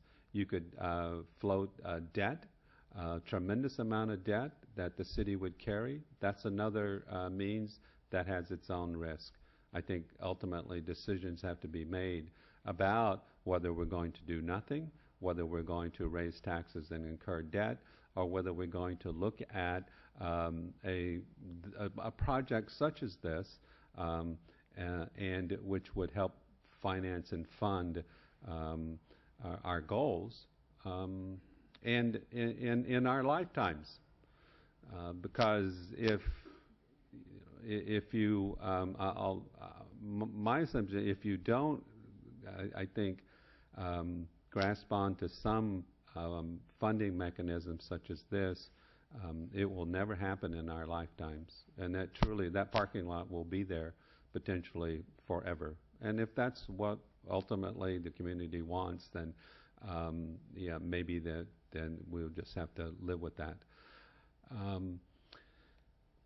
But I appreciate, I think, the opportunity for us to have this discussion. And I think I agree with everyone. I mean, I'm certainly not in my position and on my way out going to vote on an exclusive negotiating agreement at this time. I think that we should wait until the new council is seated. I would hope that they would tackle this as one of their first issues when they come on board in January, or not too long in the new year. And hopefully everyone by that time will have an opportunity to study this, to see what the benefits are, what the downsides are, what the cost may be. With, sharpen our pencils and get down to a sense of what will the true cost be. And then let the new council make the decision about what they want to do, what general plan goals they want to accomplish, and hopefully, and do that in in partnership with the Planning Commission, and let the council, and whether or not they want to enter into an exclusive negotiating agreement, and with whomever that may be, in order to accomplish those ends.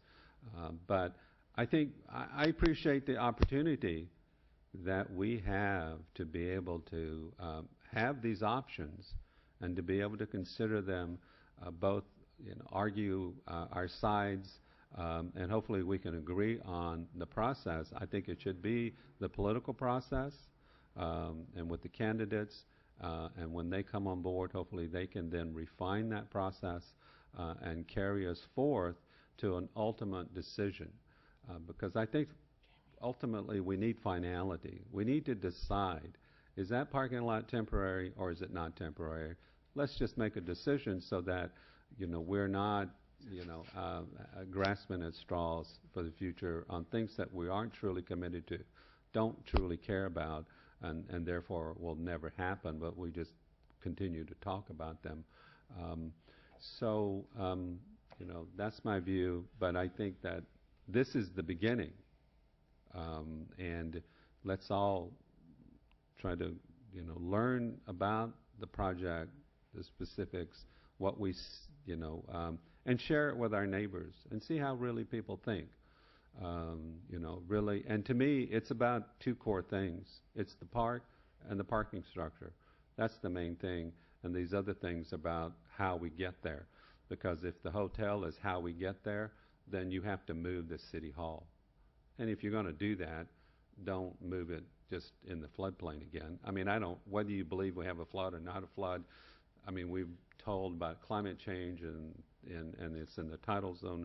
So, but if you're going to put a hotel here, this has to move someplace. And so why not be thoughtful about it and put it in a place where first responders. And I would also think that we should partner with Central Fire at that same time and have that discussion with them, because that's also, I mean, I think ultimately that's a bad situation, and we should try to partner with them when if it moves forward and if we're able to have this conversation.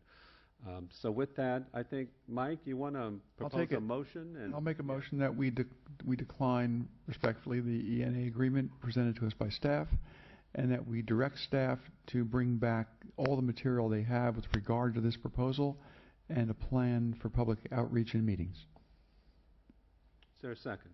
There's a second friendly amendment that staff develop a timetable for. I would consider that being included with it, but it's been stated, so yes. And I'm gonna vote no, and I want to say why. Even though we can say we've been talking about this, that GPAC was a small group, the Parking and Village Committee was a really small group. The group that's been talking about this has been a really small group. It hasn't been a large group in the community that has said, yeah, we want a hotel, yeah, we want a parking structure, yeah, we want to daylight the creek. So I'm going to vote against it right now, because I think we have a bunch of other things to do. Bring it up in a year or two when we've had a chance to finish our capital improvement projects, when we've gotten past all of our other projects that we're working on, and then we can take a look at this one. Okay, there's a motion and a second. Any further discussion? Seeing none, let's have a roll call vote. Councilmember Harlan? No. Councilmember Norton? Aye. Councilmember Bottorff? No. Councilmember Termini? Aye. Mayor Story? Aye. The motion passes 3-2. And now we will, well, thank you everyone again for coming out. And as I said, I think this is just the beginning. Let's continue the dialogue. Which we'll back up to item 9A. All in, buddy. I know, it's good. Which is to consider a resolution approving, maybe I'll. Why did Ed vote no, do you think? Let it clear. He doesn't. Let the air clear. We didn't have any hands raised for this next item. I know. But some people are still. So the can people don't get out that often. Candidates, I mean. No, the can people. Oh, yeah. They sit in the car the whole day. They're in a nice warm place. They were going to get it for you. It's going to cost some money to generate anything that means anything. Hey, nice doors. Wow. If this would have gone differently, if they had sent you a letter. So we'll move on now to item 9A, which is to consider a resolution approving the City of Capitola's 5-year capital improvement program for fiscal years 14-15 and 18-19. The recommended action is to adopt such resolution. And so we'll have the staff report. Steve, you're going to? Good evening, Mayor and Council. Thank you for the opportunity. We are reviewing the 5-year capital improvement program. We do this annually. We update it, add some projects on the end. I can give you an update on where we are on the projects that are funded at this time. The current year funding for fiscal year 2014 and 15 was discussed and included in the budget adoption. So you've seen these projects, you've seen the funding that was identified. In total, the CIP budget has a little over $3 million in it this year. That includes general fund money, grant money, special fund money that we have, such as the facility fund. Of that, $1.373 million was appropriated, added to the program this year. The remaining money was carried over from previous years. I'm going to go through the projects, and then I do have a schedule, which was handed out to you before the meeting. I have it broken down in my presentation also. So the projects we're continuing to work on that have been funded previously are overlay on 38th Avenue, Claire's Wharf traffic calming, Park Avenue sidewalk, Stockton Avenue pedestrian improvements, and the Hill Street pedestrian improvements. New to the program this year are Park Avenue paving, paving along Rosedale and the cul-de-sacs attached to that, Monterey and Park Station and Pathway, community room reconstruction, village sidewalk cooperative projects, Rispin Perry Park improvements, roundabout design at Capitola Avenue and Bay Avenue, and the Esplanade Water Recycling Project.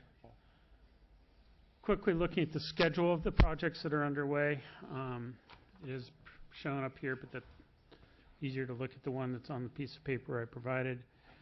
We have 2 projects that are currently under construction. One is the community room reconstruction. We have almost complete with the getting the parking enforcement and IT departments out of that room. I anticipate they will be out of that room, vacated within the next week, at which point we will be coming in and redoing the community room and reopening it for public use. McGregor Park is also under construction. We've talked about that out on McGregor Drive, adding a skate park, dog park, and bike park. So the projects that I'm working, trying to get completed, Claire's Wharf traffic calming.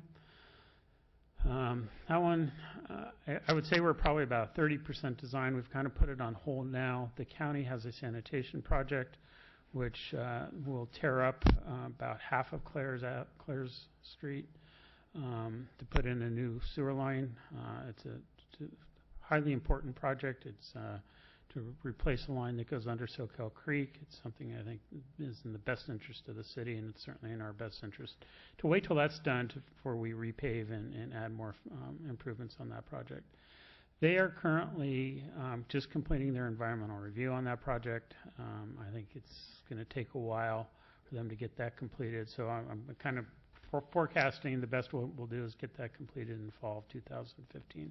So that would be a year from now if the county goes as scheduled. 38th Avenue overlay, it used to be at 100% design. We keep running into right-of-way issues trying to build some sidewalks there. At this point, I'm prepared to move forward without completing some of the intended sidewalk projects so that we can get the overlay work done, get the bike lanes in. So I hope to take that out to bid soon here, and we'll build it during the winter as best we can, depending on the weather. Park Avenue sidewalks, another project that's on the books. It's about halfway designed. Again, we're running into right-of-way issues and other issues. We hope to get that constructed probably later this winter. Stockton Avenue pedestrian improvements, that I did receive the 95%. The only reason 95, they came in today. I haven't had a chance to review them. My intent is to try and go out to bid with that in the next couple meetings here and build that as quickly as we can. Esplanade Showers, which is actually, that's what we called it in the CIP, Esplanade Water Recycling. We've had a discussion on that. Got some direction from council. We are now working on that, and our goal for that is to have something in place by this spring of 2015. The new projects we've added, we're all beginning design on those. As the council is aware, we are seeking a consulting firm to assist the city with the completion of our capital improvement projects. This list of projects are going to be the first ones on their priority list. I've given the priority projects here. If the council has other direction on these, it'd be great to hear that now or as we move forward with hiring a consultant. I'll talk about them in the priority. So the Rispin Perry Park improvements, those are ADA improvements. We are under some agreements to get those done within a year. It's rebuilding an ADA ramp actually in Perry Park. I think that's our highest priority just because of the timelines we've agreed to in our settlement agreement. Hill Street pedestrian improvements, I make that a second priority simply because it's a pretty simple project. At this point, we're looking at probably removing parking on one side of Hill Street, putting in bike lanes, and then trying to connect the sidewalks that go down Capitola Avenue so that we have a complete sidewalk down that street. So I think we can move forward with that, get the public input that will be required of that, and have that built by the summer 2015. Park Avenue paving and bike lane, so this is from Cabrillo Street up to Kennedy. That's just going to take a while to design, but certainly that is a street that needs to be repaved. We want to start getting new pavement on the ground. That would be next. Monterey Park, Railroad Station and Pathway. That's money we recently received from the RTC. I want to get them designing it, but that's going to take quite a bit of permitting. It's on the railroad property. We're going to have permits from the railroad company to build what we have here. It's part of the master railroad plan or rail trail plan. If we can get the design and get the agreements in place, I think fall 2015 is a good target for that.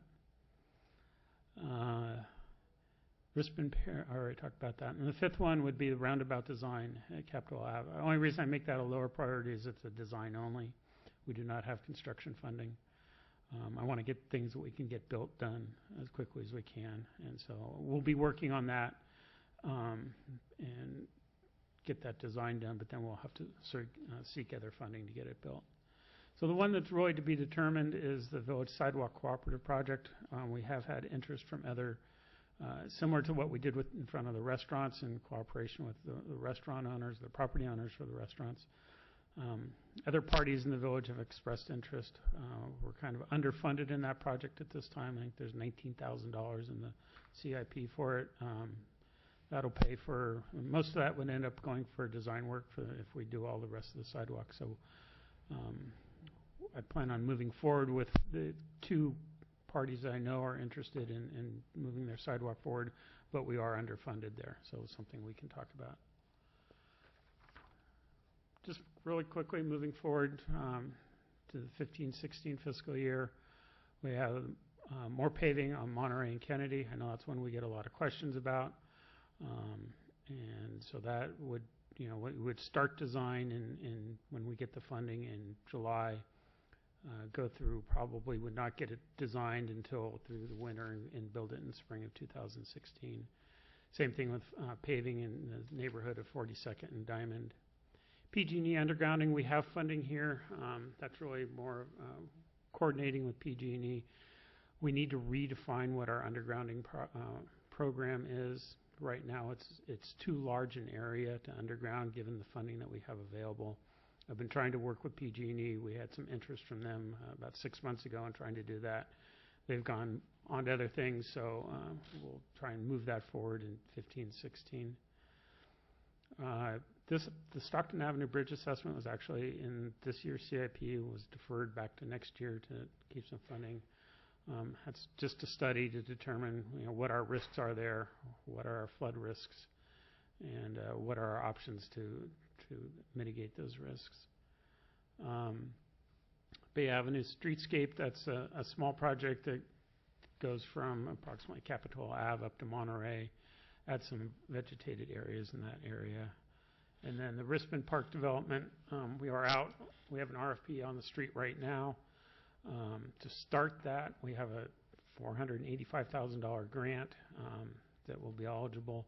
I anticipate we will begin the park design actually this year, identify what we want to do on that property, and then complete the environmental review that would be required, the permitting, finalize the costs, and then actually move forward with design and construction in 2015 and 16.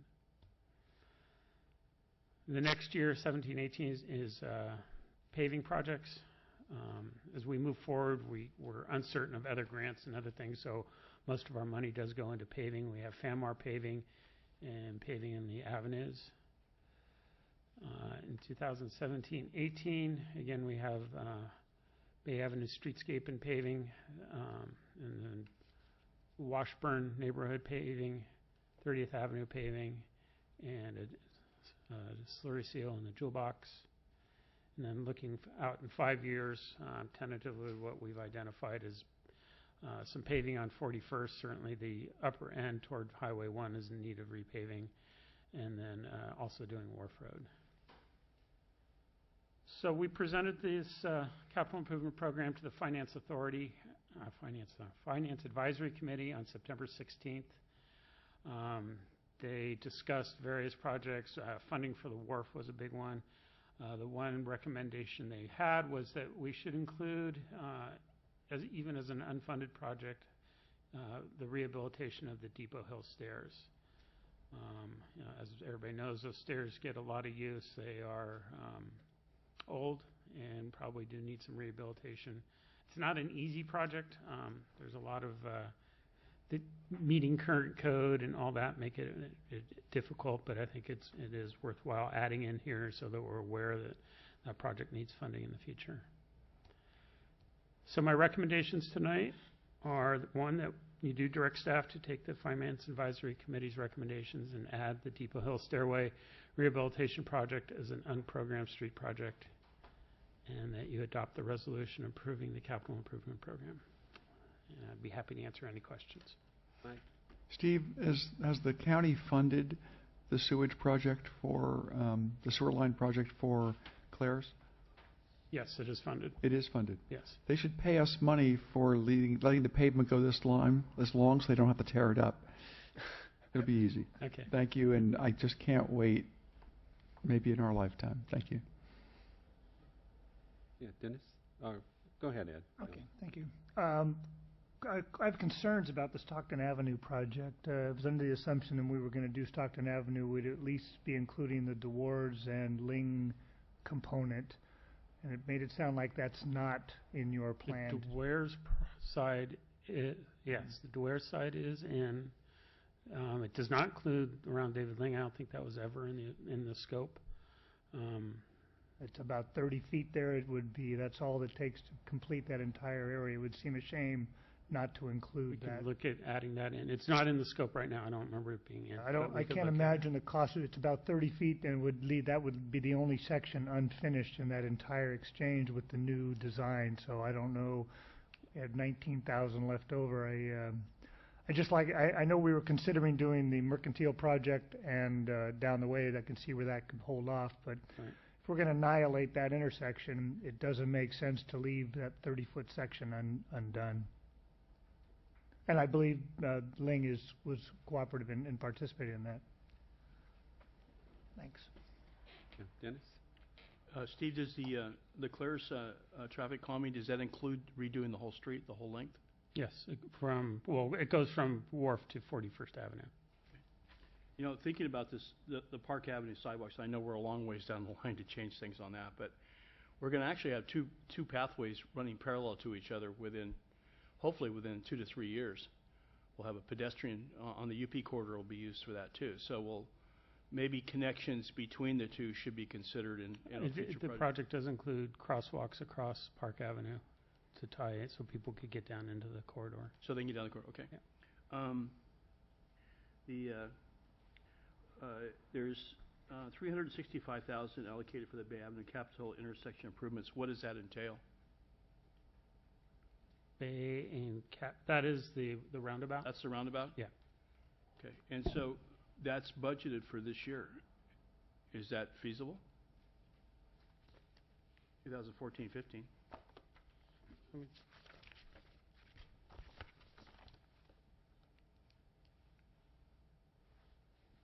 I'm on page 5. N3 and N4.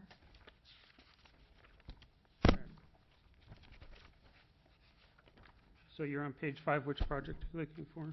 Bay Avenue, Capitola Avenue intersection. It has allocated $365,000, unfunded $265. So yeah, so actually it's not. We have $100,000 set aside for design of the roundabout there. We are $265,000 short in funding that project right now. What would be the timetable on the intersection if we were to move forward? I anticipate having the design done, by midsummer of next year. Then we would seek Air Board grants and other RTC grant funding for the construction of it. Okay. So I think, having the design done and having the approvals by then, and then another year to have it constructed. Jetty repair. Excuse me? Where does jetty repair fall in here? So that's under the creek projects on page 3 of the master list, at the very top. Okay. And then ongoing maintenance of the wharf or wharf piling repairs. So we have the wharf piling replacement project on the bottom of page 3 there. We've had recent conversations with some state agencies that would consider helping us. They have a limited amount of money and a large demand, so it's very competitive, that they would match any funding that we put together right now. So I think what we need to do if we want to move forward with that is develop a project scope and really tie down the costs of what we're going to do on that project. Are we just going to replace some, as many of the pilings as we can out there? Are we going to try and raise the wharf? What are the goals of that project? Right now, there's no funding identified there. The wharf fund, I believe, has about $43,000 that we try and gather and save there in case something goes wrong on the wharf that we could spend if we want to move forward with the design concepts on that project. The other one, which is right underneath it, would be the restaurant and restrooms repair modeling. Obviously, we need the restrooms are important to wherever they are in the pier. They're important to have that.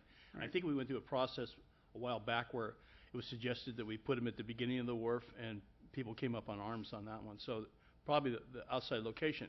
So the rebuilding of that, does that commit us to a long-term commitment with the wharf restaurant as far as the usability and the economic viability of keeping that out there? That was the goal of that, is to try and get that restaurant so they actually had a view in both directions instead of just one direction. So it would probably be a complete redesign then. Yeah. Well, I think what it would be is a separate building that would go between the two buildings that would they'd be house the separate. restrooms, and then we would work with the restaurant leaseholder to remodel the restaurant building. Yeah, it almost seems like we should go into a full conceptual of what our uses are going to be in the future of that pier and what we plan to do. Yeah, I think we need to make some long-term goals, because certainly, as we move forward with sea level rise and getting anything permitted out there, our wharf's about 10 feet lower than Santa Cruz Wharf, so it's certainly more subject to damage. But I would recommend we go through the conceptual what we want the wharf to look like, and then we move forward with that one afterwards. And we are looking for a partner right now?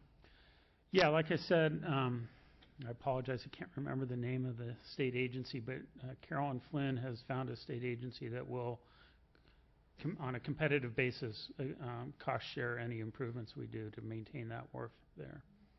It would almost be good for us to look into a partner such as the Monterey Bay Sanctuary and what they could do with a facility like that in exchange for being part of it. I do know that the wharf is I'm probably changing the subject going on CIP here, but the wharf is known as a safe refuge point in the bay.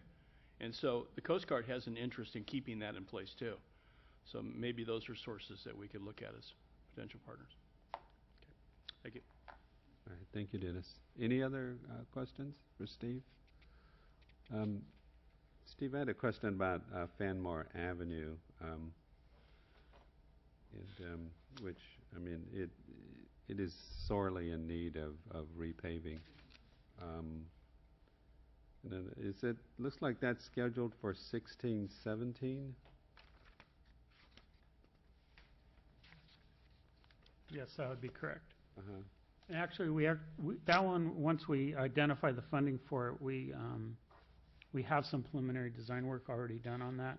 So it's just a matter of putting the funding together for the construction at this point. It is. So it looks like, I mean, we have some design work. It's already fully funded. Well, it's fully funded in 16-17. We don't have the money yet. Yes. Oh, these are projections of when it would be funded? Yes, it is. Of out of the CIP. It's assumed Right. it's going to. So that would be part of our annual the annual allocation in the budget process to the CIP. It would be in 16-17, would include that funding. Okay. Also wanted to,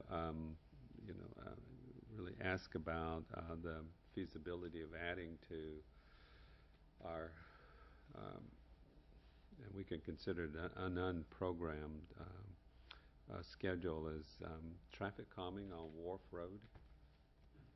Get a lot of comments from residents about, speeding on Wharf Road. What part of Wharf Road? Well, I know. Yeah, Lanes, it's mostly, yeah. But like when they're coming from SoCal, Yeah. coming in toward the library there. Now I know we put in those speed limit signs up closer to Capitola Road. The perception is that they're not helping very much, but maybe we have some data that would show otherwise. But it seems like that in order to effectively, slow down the speeding, and particularly on that part of Wharf where there's the curve coming around from Correct, SoCal, of scheduling that as some kind of traffic calming concepts or project there.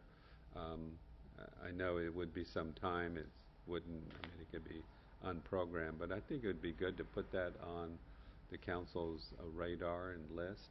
I don't know about you guys, but I get a lot of comments from Speeding on Wharf Road? Speeding on Wharf Road. We've gotten several from other areas, and I think maybe we need to purchase another speed sign, the solar speed sign, to, another couple to move around town, because those do help.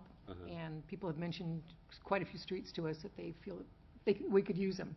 Jade was mentioned at our forum last week, that they feel there's a lot of speeding on Jade Street. So we do have a paving project on Wharf Road planned out 5 years from now, and I think that would make good sense to, try and add it to that project, because certainly if we want to go in there and repave it and we want to add some traffic calming elements at that point, that would be the time to Could do we it. add, just add to that description, paving and traffic calming? Absolutely, yes. So that, that would be good if the. Well, it's a narrow road. I'm not sure where you'd put the traffic calming on that part of it from Well, SoCal to Claire's. I don't know about Yeah. the engineering of it, but sometimes when you make roads narrower, put in bulb outs, that tends to slow people down. But I think just identifying the need and having it scheduled to focus on that issue. Yeah, I think that makes sense, and I'll add it to that project. Great, thank you. Any other? Mr. Mayor? Yes, sir. One point that Councilmember Harlan's comments trigger for me is that do recall that we have $40,000 as part of a settlement agreement that we reached with the school district to help offset the impacts of that school in the Jade Street community. So if the council is interested, we have a funding source which, if the council wants, the community wants, we could look at some of those speed signs for that neighborhood. And we have a funding source identified for it as well. Or save it for Jade Street for the future when they put a school there. Could we use that across Capitola Road? My recollection was that it was subject to sort of mutual agreement with the school district, and the intent of it was really to sort of offset the impacts of the the preschool that was put in there already. So to the extent that there's a nexus, I think, to that, we certainly could broach it with the superintendent. And there's a fair number of kids that walk to school that way. They go over to SoCal High School or ride their bikes that way, I see. Right, yeah. Dennis? Well, I think that we made a commitment to do it for improvement for that neighborhood at Jade Street when we took that money. I think it has to have a pretty close nexus to the campus itself. Another issue I want to bring up, Steve, is it possible to actually create an ongoing yearly line item for ADA improvements? Of course.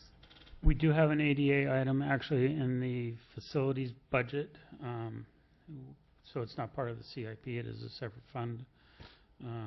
We could add a CIP, a yearly CIP, or yearly CIP project for that too. I think it'd be good because it would show our commitment to this, and we learned our lesson a little bit with the walkway. That let's say that we put aside 25, I don't know the amount, but whatever we come up with, we do it on a yearly basis, that we have that much in the budget. We don't have to give it, it'd be a line item that we don't necessarily have to have an actual use for at the time.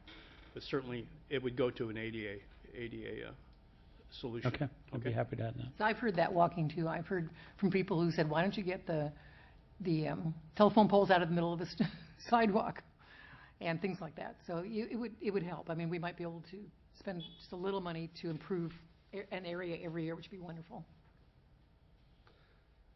Any other questions from council members? Here now, I'll open it up to members of the public. I'd like to address the council.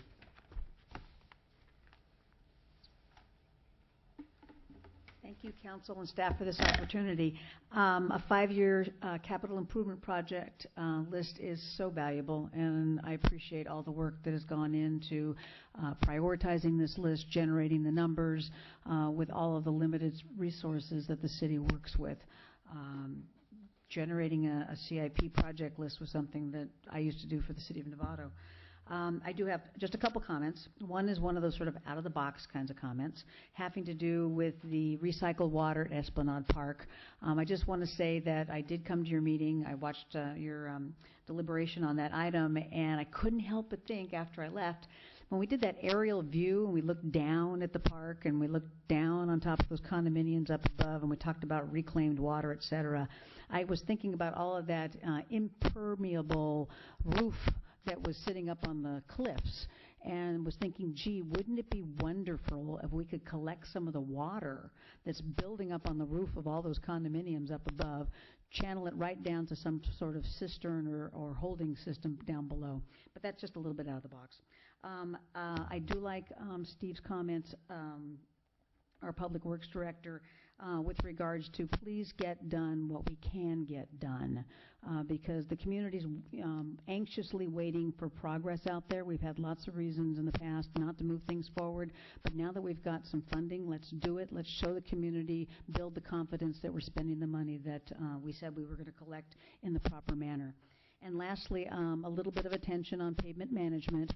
I do look at the programming for pavement management. Our study that was done in 2010 said we should be spending $550,000 a year at the minimum towards basic pavement management. Now, I know if you look at these projects a little closer, you've got pavement management kind of scattered everywhere, not just on your list of pavement management projects. But I do observe that it takes us until 2018 and 2019 to get to that $550,000 number. So the payment management plan said we needed $550,000 a year just to keep us at that 60, 68 level, which was only good, and the community is saying our streets aren't good. Thank you.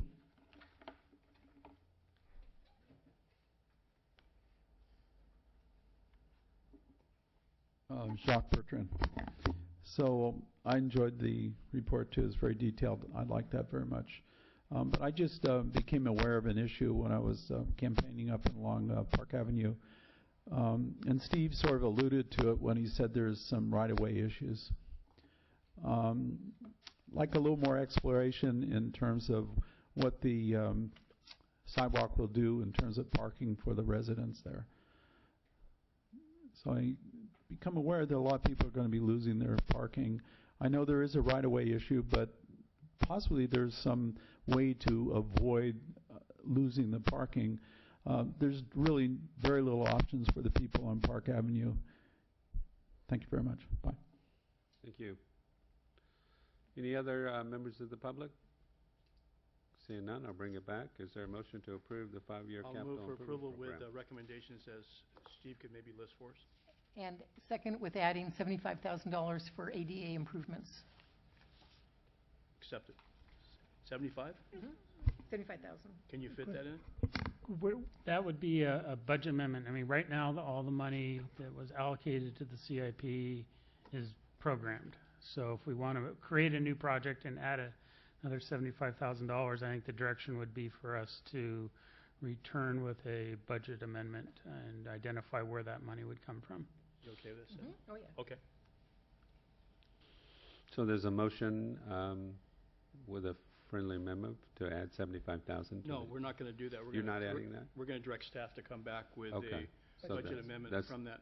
But could you read the list of changes that we did to the CIP? So actually, I just have two changes. One is to enhance the Wharf Road paving project to include traffic calming and the ADA. Those are the two changes that I had. Did I miss something? I mean, we discussed the wharf, but I didn't hear any changes to the program regarding the wharf or anything like that. It's unfunded at almost $1 million. I would recommend that we take a look at what happens to Measure M, and if we do have a fund at the end of this election for visitor serving, that we draw on that fund to That could be an amendment. program. Yeah, once we have more money to identify to go in there, yes. So if the measure passes, come back with an amendment for Steve on that. So, okay, Michael? Yes. Yes. Just to respond to Jacques' comment, which is a really good comment, which I'm sure that we'll hear because of those properties and that they do come out to the right-of-way, past the right-of-way, and so forth and so forth. We did the same thing on Capitola Avenue when we started the project to narrow Capitola Road from 41st Avenue into the village. And we had acquired the right-of-ways on both sides of the properties, and so people had to get ready to lose part of their parking. And we wanted to create a narrowing area to create a more pleasant transition from the commercial area, the CN area, down to the village. So we narrowed it, landscaped it. People lost parking there, but they learned to live with it because they had driveways and they have garages. And so it's a little more challenging on Park Avenue perhaps, but I think we can make it work. Yeah, I think the design for that's coming back to us here pretty soon. Yeah. Okay, yes, Ed. Just one comment. We talked about the speed on Wharf, and it's my understanding that the speed signs we have we're able to relocate those, and I'd be willing to bring it back to the council to discuss if we wanted to do some actually calming on Wharf. We could consider moving the ones off of Park. I think maybe we've reached the intended use of what we were trying to do there, and rather than purchase new signs, I thought that the intent was that they were movable. So if we do have a problem I on thought we were Wharf, going to move those down by McGregor. No? I got lots of places for. I don't know how many we have. Lisa says yes. I think we have one on Wharf Road already, Wharf and 49th. That's at the top of Yeah, Wharf and then Road, right. we added, so we have 4. 2 In are our on Park possession? Avenue. Okay. One's on Monterey. 2 are on Monterey. One's on Monterey, I believe, by the school, and one's on, it's actually on 49th right before you get to Wharf. So it is possible to move those around. Like Councilman Norton said, we're going to kind of rotate them up toward McGregor Park when that opens. We could certainly look to try and get some more too and move them around. Okay, great. Thank you.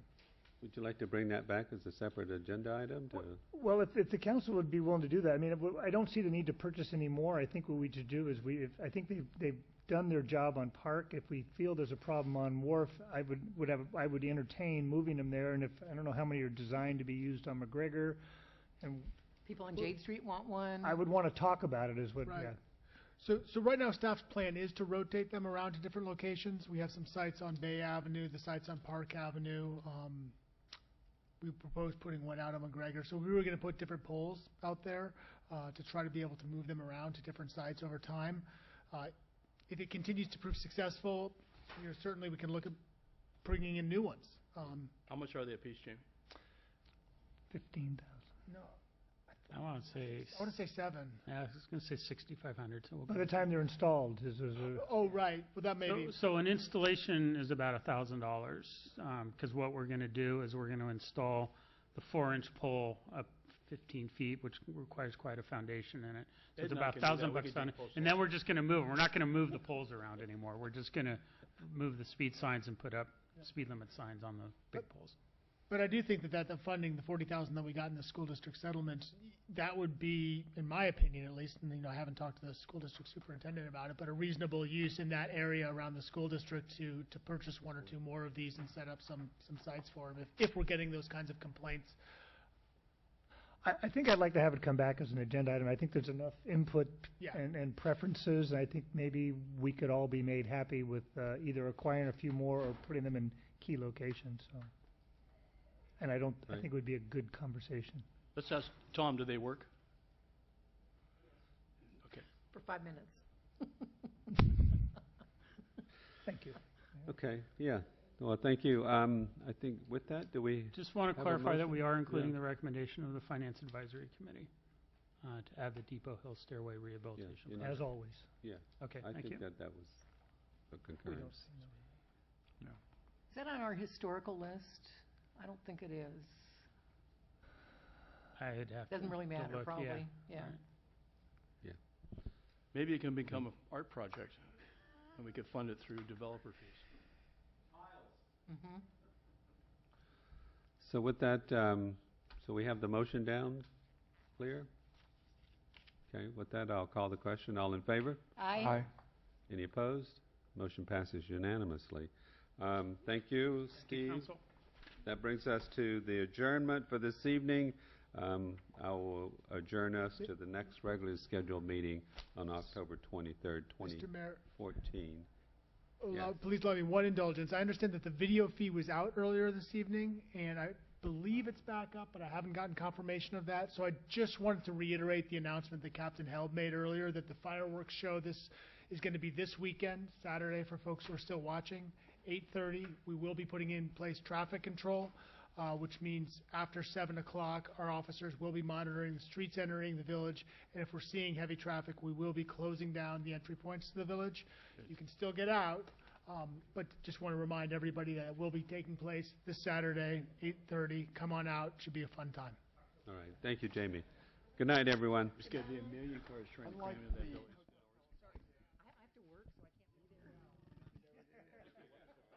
I know, that's great. Well, have fun for me.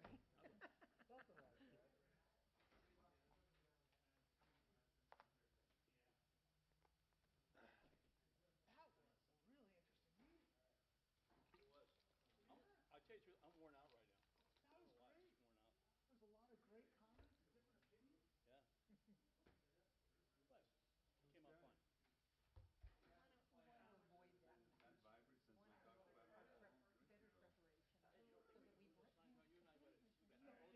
Dennis, you know, you've already got me doing something.